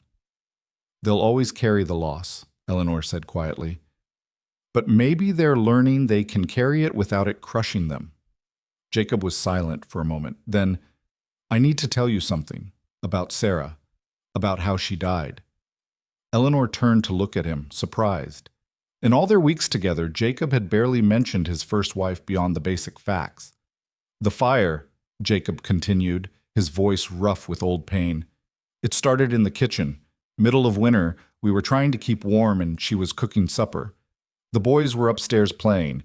I was outside dealing with a fence breach. By the time I saw the smoke—" He stopped, swallowed hard. The kitchen was already gone. Sarah was trying to get upstairs to the boys, but the stairs had caught. I got the boys out through their window, got them to safety. But when I went back for Sarah, the whole structure was coming down." "Jacob," Eleanor breathed, her hand finding his. "She was trapped," he said. "Could see her through the smoke, could hear her calling for me, but the heat was too intense, the building too unstable. I tried 3 times to get to her, and each time the fire drove me back. The boys were screaming for their mother. Neighbors were holding me back, and all I could do was watch her." His voice broke. "Watch her burn." Eleanor wrapped both hands around his, holding tight. "I'm so sorry." "The boys saw it," Jacob continued. "Not the worst of it, but enough. Enough to give them nightmares for 3 years. Enough to make them terrified every time they smell smoke. And I blamed myself. Still do. If I'd been there 5 minutes earlier, if I'd insisted we rebuild the chimney that winter instead of waiting for spring, if I'd done 1,000 things differently—" "It was an accident," Eleanor said firmly. "A terrible, tragic accident. Not your fault." "I know that up here," Jacob tapped his head. "But here—" He pressed his free hand to his chest. "Here. I'm still standing outside that burning house watching my world end and being completely powerless to stop it." Eleanor understood then why he'd been so desperate to save her from Tom Miller's attack, why he'd thrown himself in front of that bullet. Jacob Reed had already lost one woman he cared about to violence he couldn't prevent. He wouldn't survive losing another. "I won't burn," Eleanor said quietly. "And I won't leave. You're stuck with me, Jacob Reed, for better or worse." He looked at her then, really looked at her in the starlight, and Eleanor saw something shift in his expression. The careful distance he'd been maintaining since their marriage cracked, and underneath was raw want mixed with fear. "Eleanor," he said hoarsely, "I need to know. Is this marriage real for you? Not just the legal part, but us. Is there an us, or am I hoping for something you can't give?" Eleanor's heart pounded. She thought about the past weeks, about the way her pulse jumped when Jacob smiled, the way she'd felt when she thought Tom's men might have killed him, the way she'd fought like a wildcat to protect this family that had somehow become hers. "There's an us," she said softly. "I don't know exactly what kind yet, and I'm terrified of getting it wrong, but yes, this is real for me too." Jacob released a breath like he'd been holding it for weeks. Then slowly, carefully, he leaned forward and kissed her. Not the perfunctory wedding kiss that had been for show, but something real and deep and full of promise. When they finally pulled apart, Eleanor was shaking. We should probably take this slow, she managed. Probably, Jacob agreed, though he didn't let go of her hand. We've got time. All the time we need to figure out what we're doing. They sat together until late, talking about everything and nothing, and when Eleanor finally went to her own room, because slow meant slow, even when every part of her wanted to follow Jacob to his, she lay awake feeling more settled and more hopeful than she had since boarding that train to Montana so many weeks ago. The house was finished by late August, and the community threw a celebration that felt more like a wedding reception than a construction completion party. Tables groaned under contributed food, fiddles appeared from somewhere, and even the most taciturn ranchers unbent enough to dance under the stars. Eleanor found herself swept into conversation after conversation with women who wanted to talk about the school, men who wanted to thank her for standing up to Tom Miller, children who were excited about the prospect of real education. She was dizzy with it, overwhelmed but in the best possible way. "You did this," Jacob said, appearing at her elbow with 2 cups of punch. "Built something from nothing, created community where there was just survival before." "We did this," Eleanor corrected. "All of us together." Miles and Ethan raced past chasing other children, their laughter bright and clear in the evening air. Eleanor watched them go, her throat tight with emotion. "They smiled today," she said. "Both of them. Real, genuine smiles." "I know," Jacob said. "I saw." His voice was thick. 3 years, Eleanor. 3 years of gray faces and silence and nightmares. And you gave them back their childhood in less than 2 months. "It wasn't just me. It was exactly you," Jacob interrupted. "Your stubbornness, your courage, your refusal to give up on us even when giving up would have been easier. You saved us, Eleanor, all 3 of us." Before Eleanor could respond, Martha appeared with Sue and 2 other women, all of them carrying something wrapped in cloth. "We made you something," Martha announced, "for the school." They unwrapped it to reveal a wooden sign, beautifully carved and painted. "Reed School, Esternt, 1882. "It's perfect," Eleanor breathed, running her fingers over the lettering. "When did you find time to make this?" "We've all been working on pieces," Sue explained. "The school's important, Eleanor. You're giving these children something most of them would never have access to. We wanted you to know how much that means." Eleanor felt tears threatening and blinked them back fiercely. "I don't know what to say." "Say you'll start with the fall term," Martha suggested. "We've already got 12 families confirmed who want to send their children. More if you've got room." "I'll make room," Eleanor promised. The school opened on the first Monday in September with 15 students ranging from 6 to 14 years old.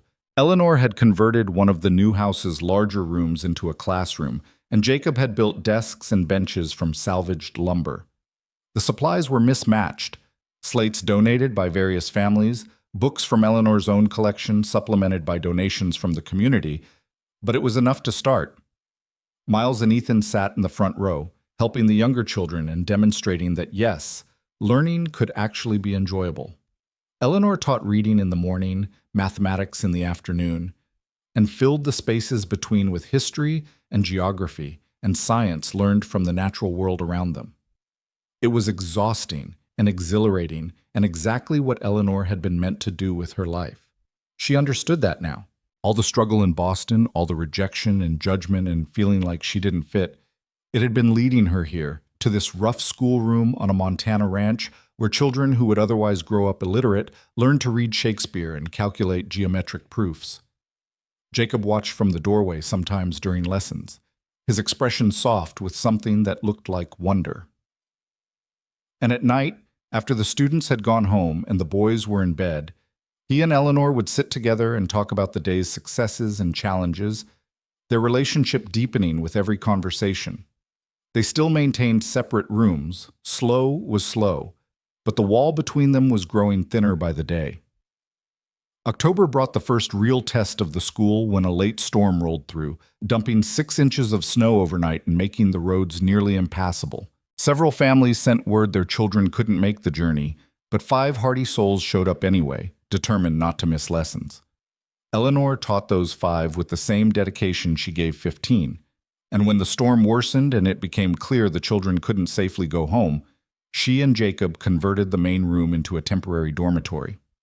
The children bedded down near the fireplace while Eleanor and Jacob took turns keeping watch, making sure the fire didn't die and no one got scared. Around midnight, one of the younger girls, a 6-year-old named Anna, woke crying for her mother. Eleanor soothed her with the same techniques she'd used on Ethan's nightmares, telling stories until the child drifted back to sleep. "You're good at this," Jacob observed quietly from his position by the fire. "Being a mother."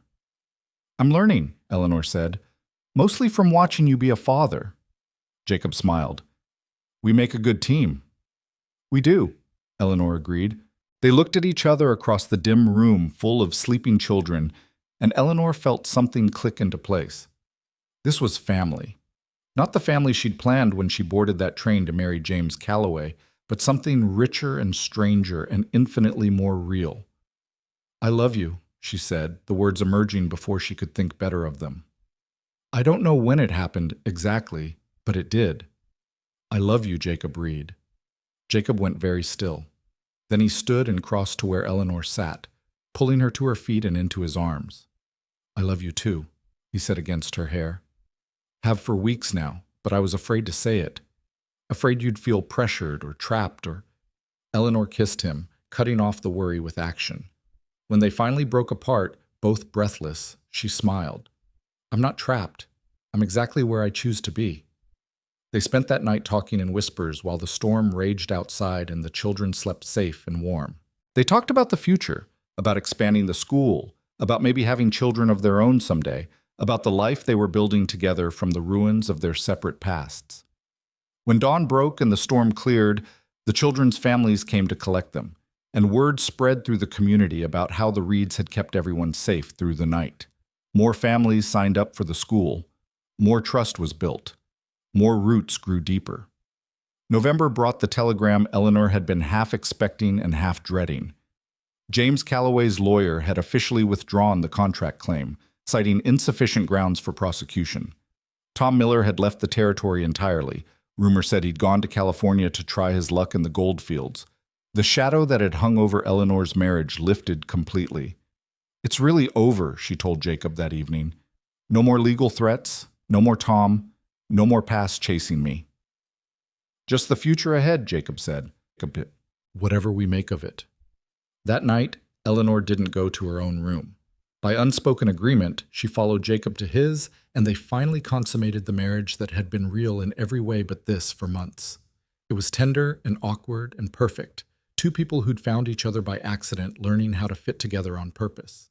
Afterward, lying in Jacob's arms while he traced lazy patterns on her shoulder, Eleanor felt peace settle over her like a blanket. "No regrets?" Jacob asked quietly. "Not a single one." Winter came hard and fast that year, but the Reed house was warm and solid against the cold. Eleanor taught through December, though student attendance dropped as families hunkered down on isolated ranches. She used the time to plan curriculum for spring and to help the boys with advanced studies that would prepare them for whatever future they chose. And at night, she and Jacob learned each other in the way married couples do, building intimacy through shared warmth and whispered conversations and the simple comfort of not being alone. By January, Eleanor knew she was pregnant. She told Jacob on a night when the stars were so bright and clear they looked close enough to touch, and his joy was so pure and complete that she cried. "Another child," he said wonderingly, his hand splayed across her still flat stomach. "A new beginning." "Are you disappointed it's not a boy?" Eleanor teased, "to even out the numbers?" "I don't care if it's a boy or a girl or a chorus of both," Jacob said. "It's ours. That's all that matters."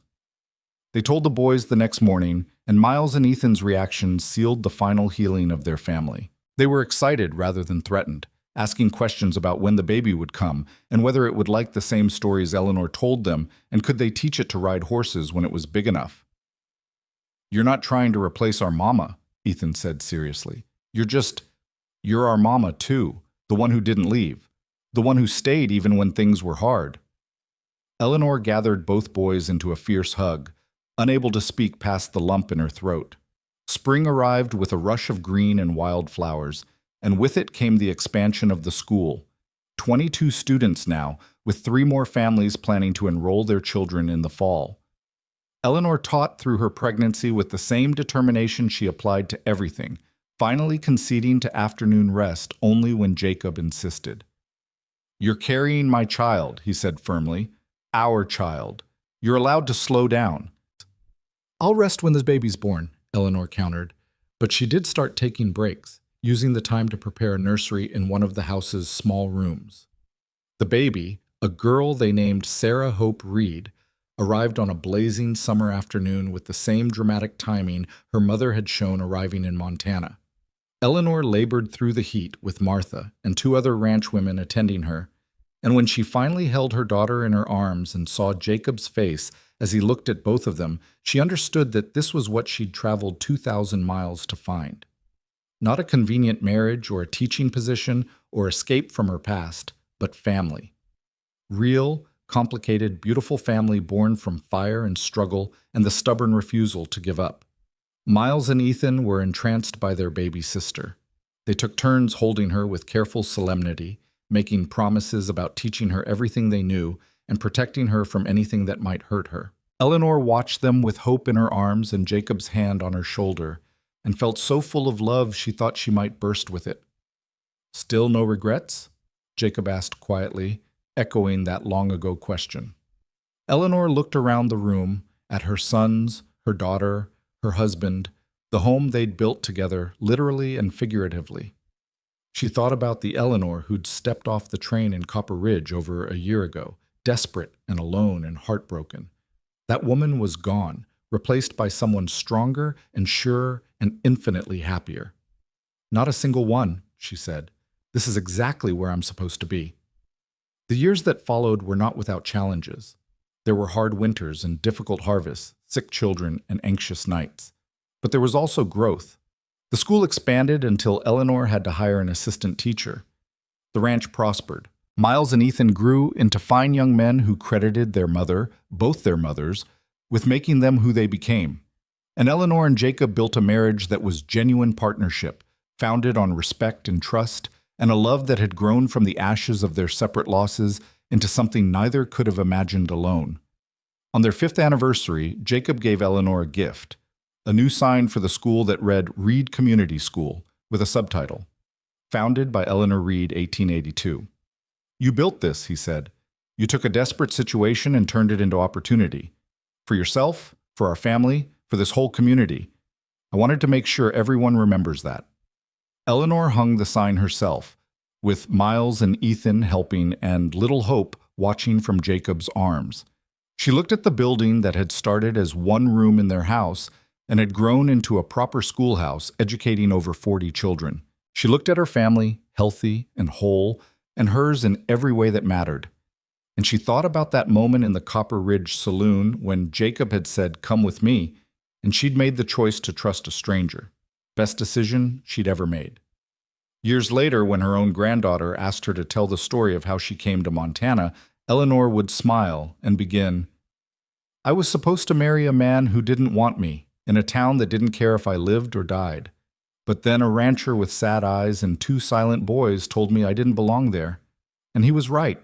I belonged here, with them, building a life from nothing and turning it into everything." The granddaughter would ask if she was scared, and Eleanor would be honest.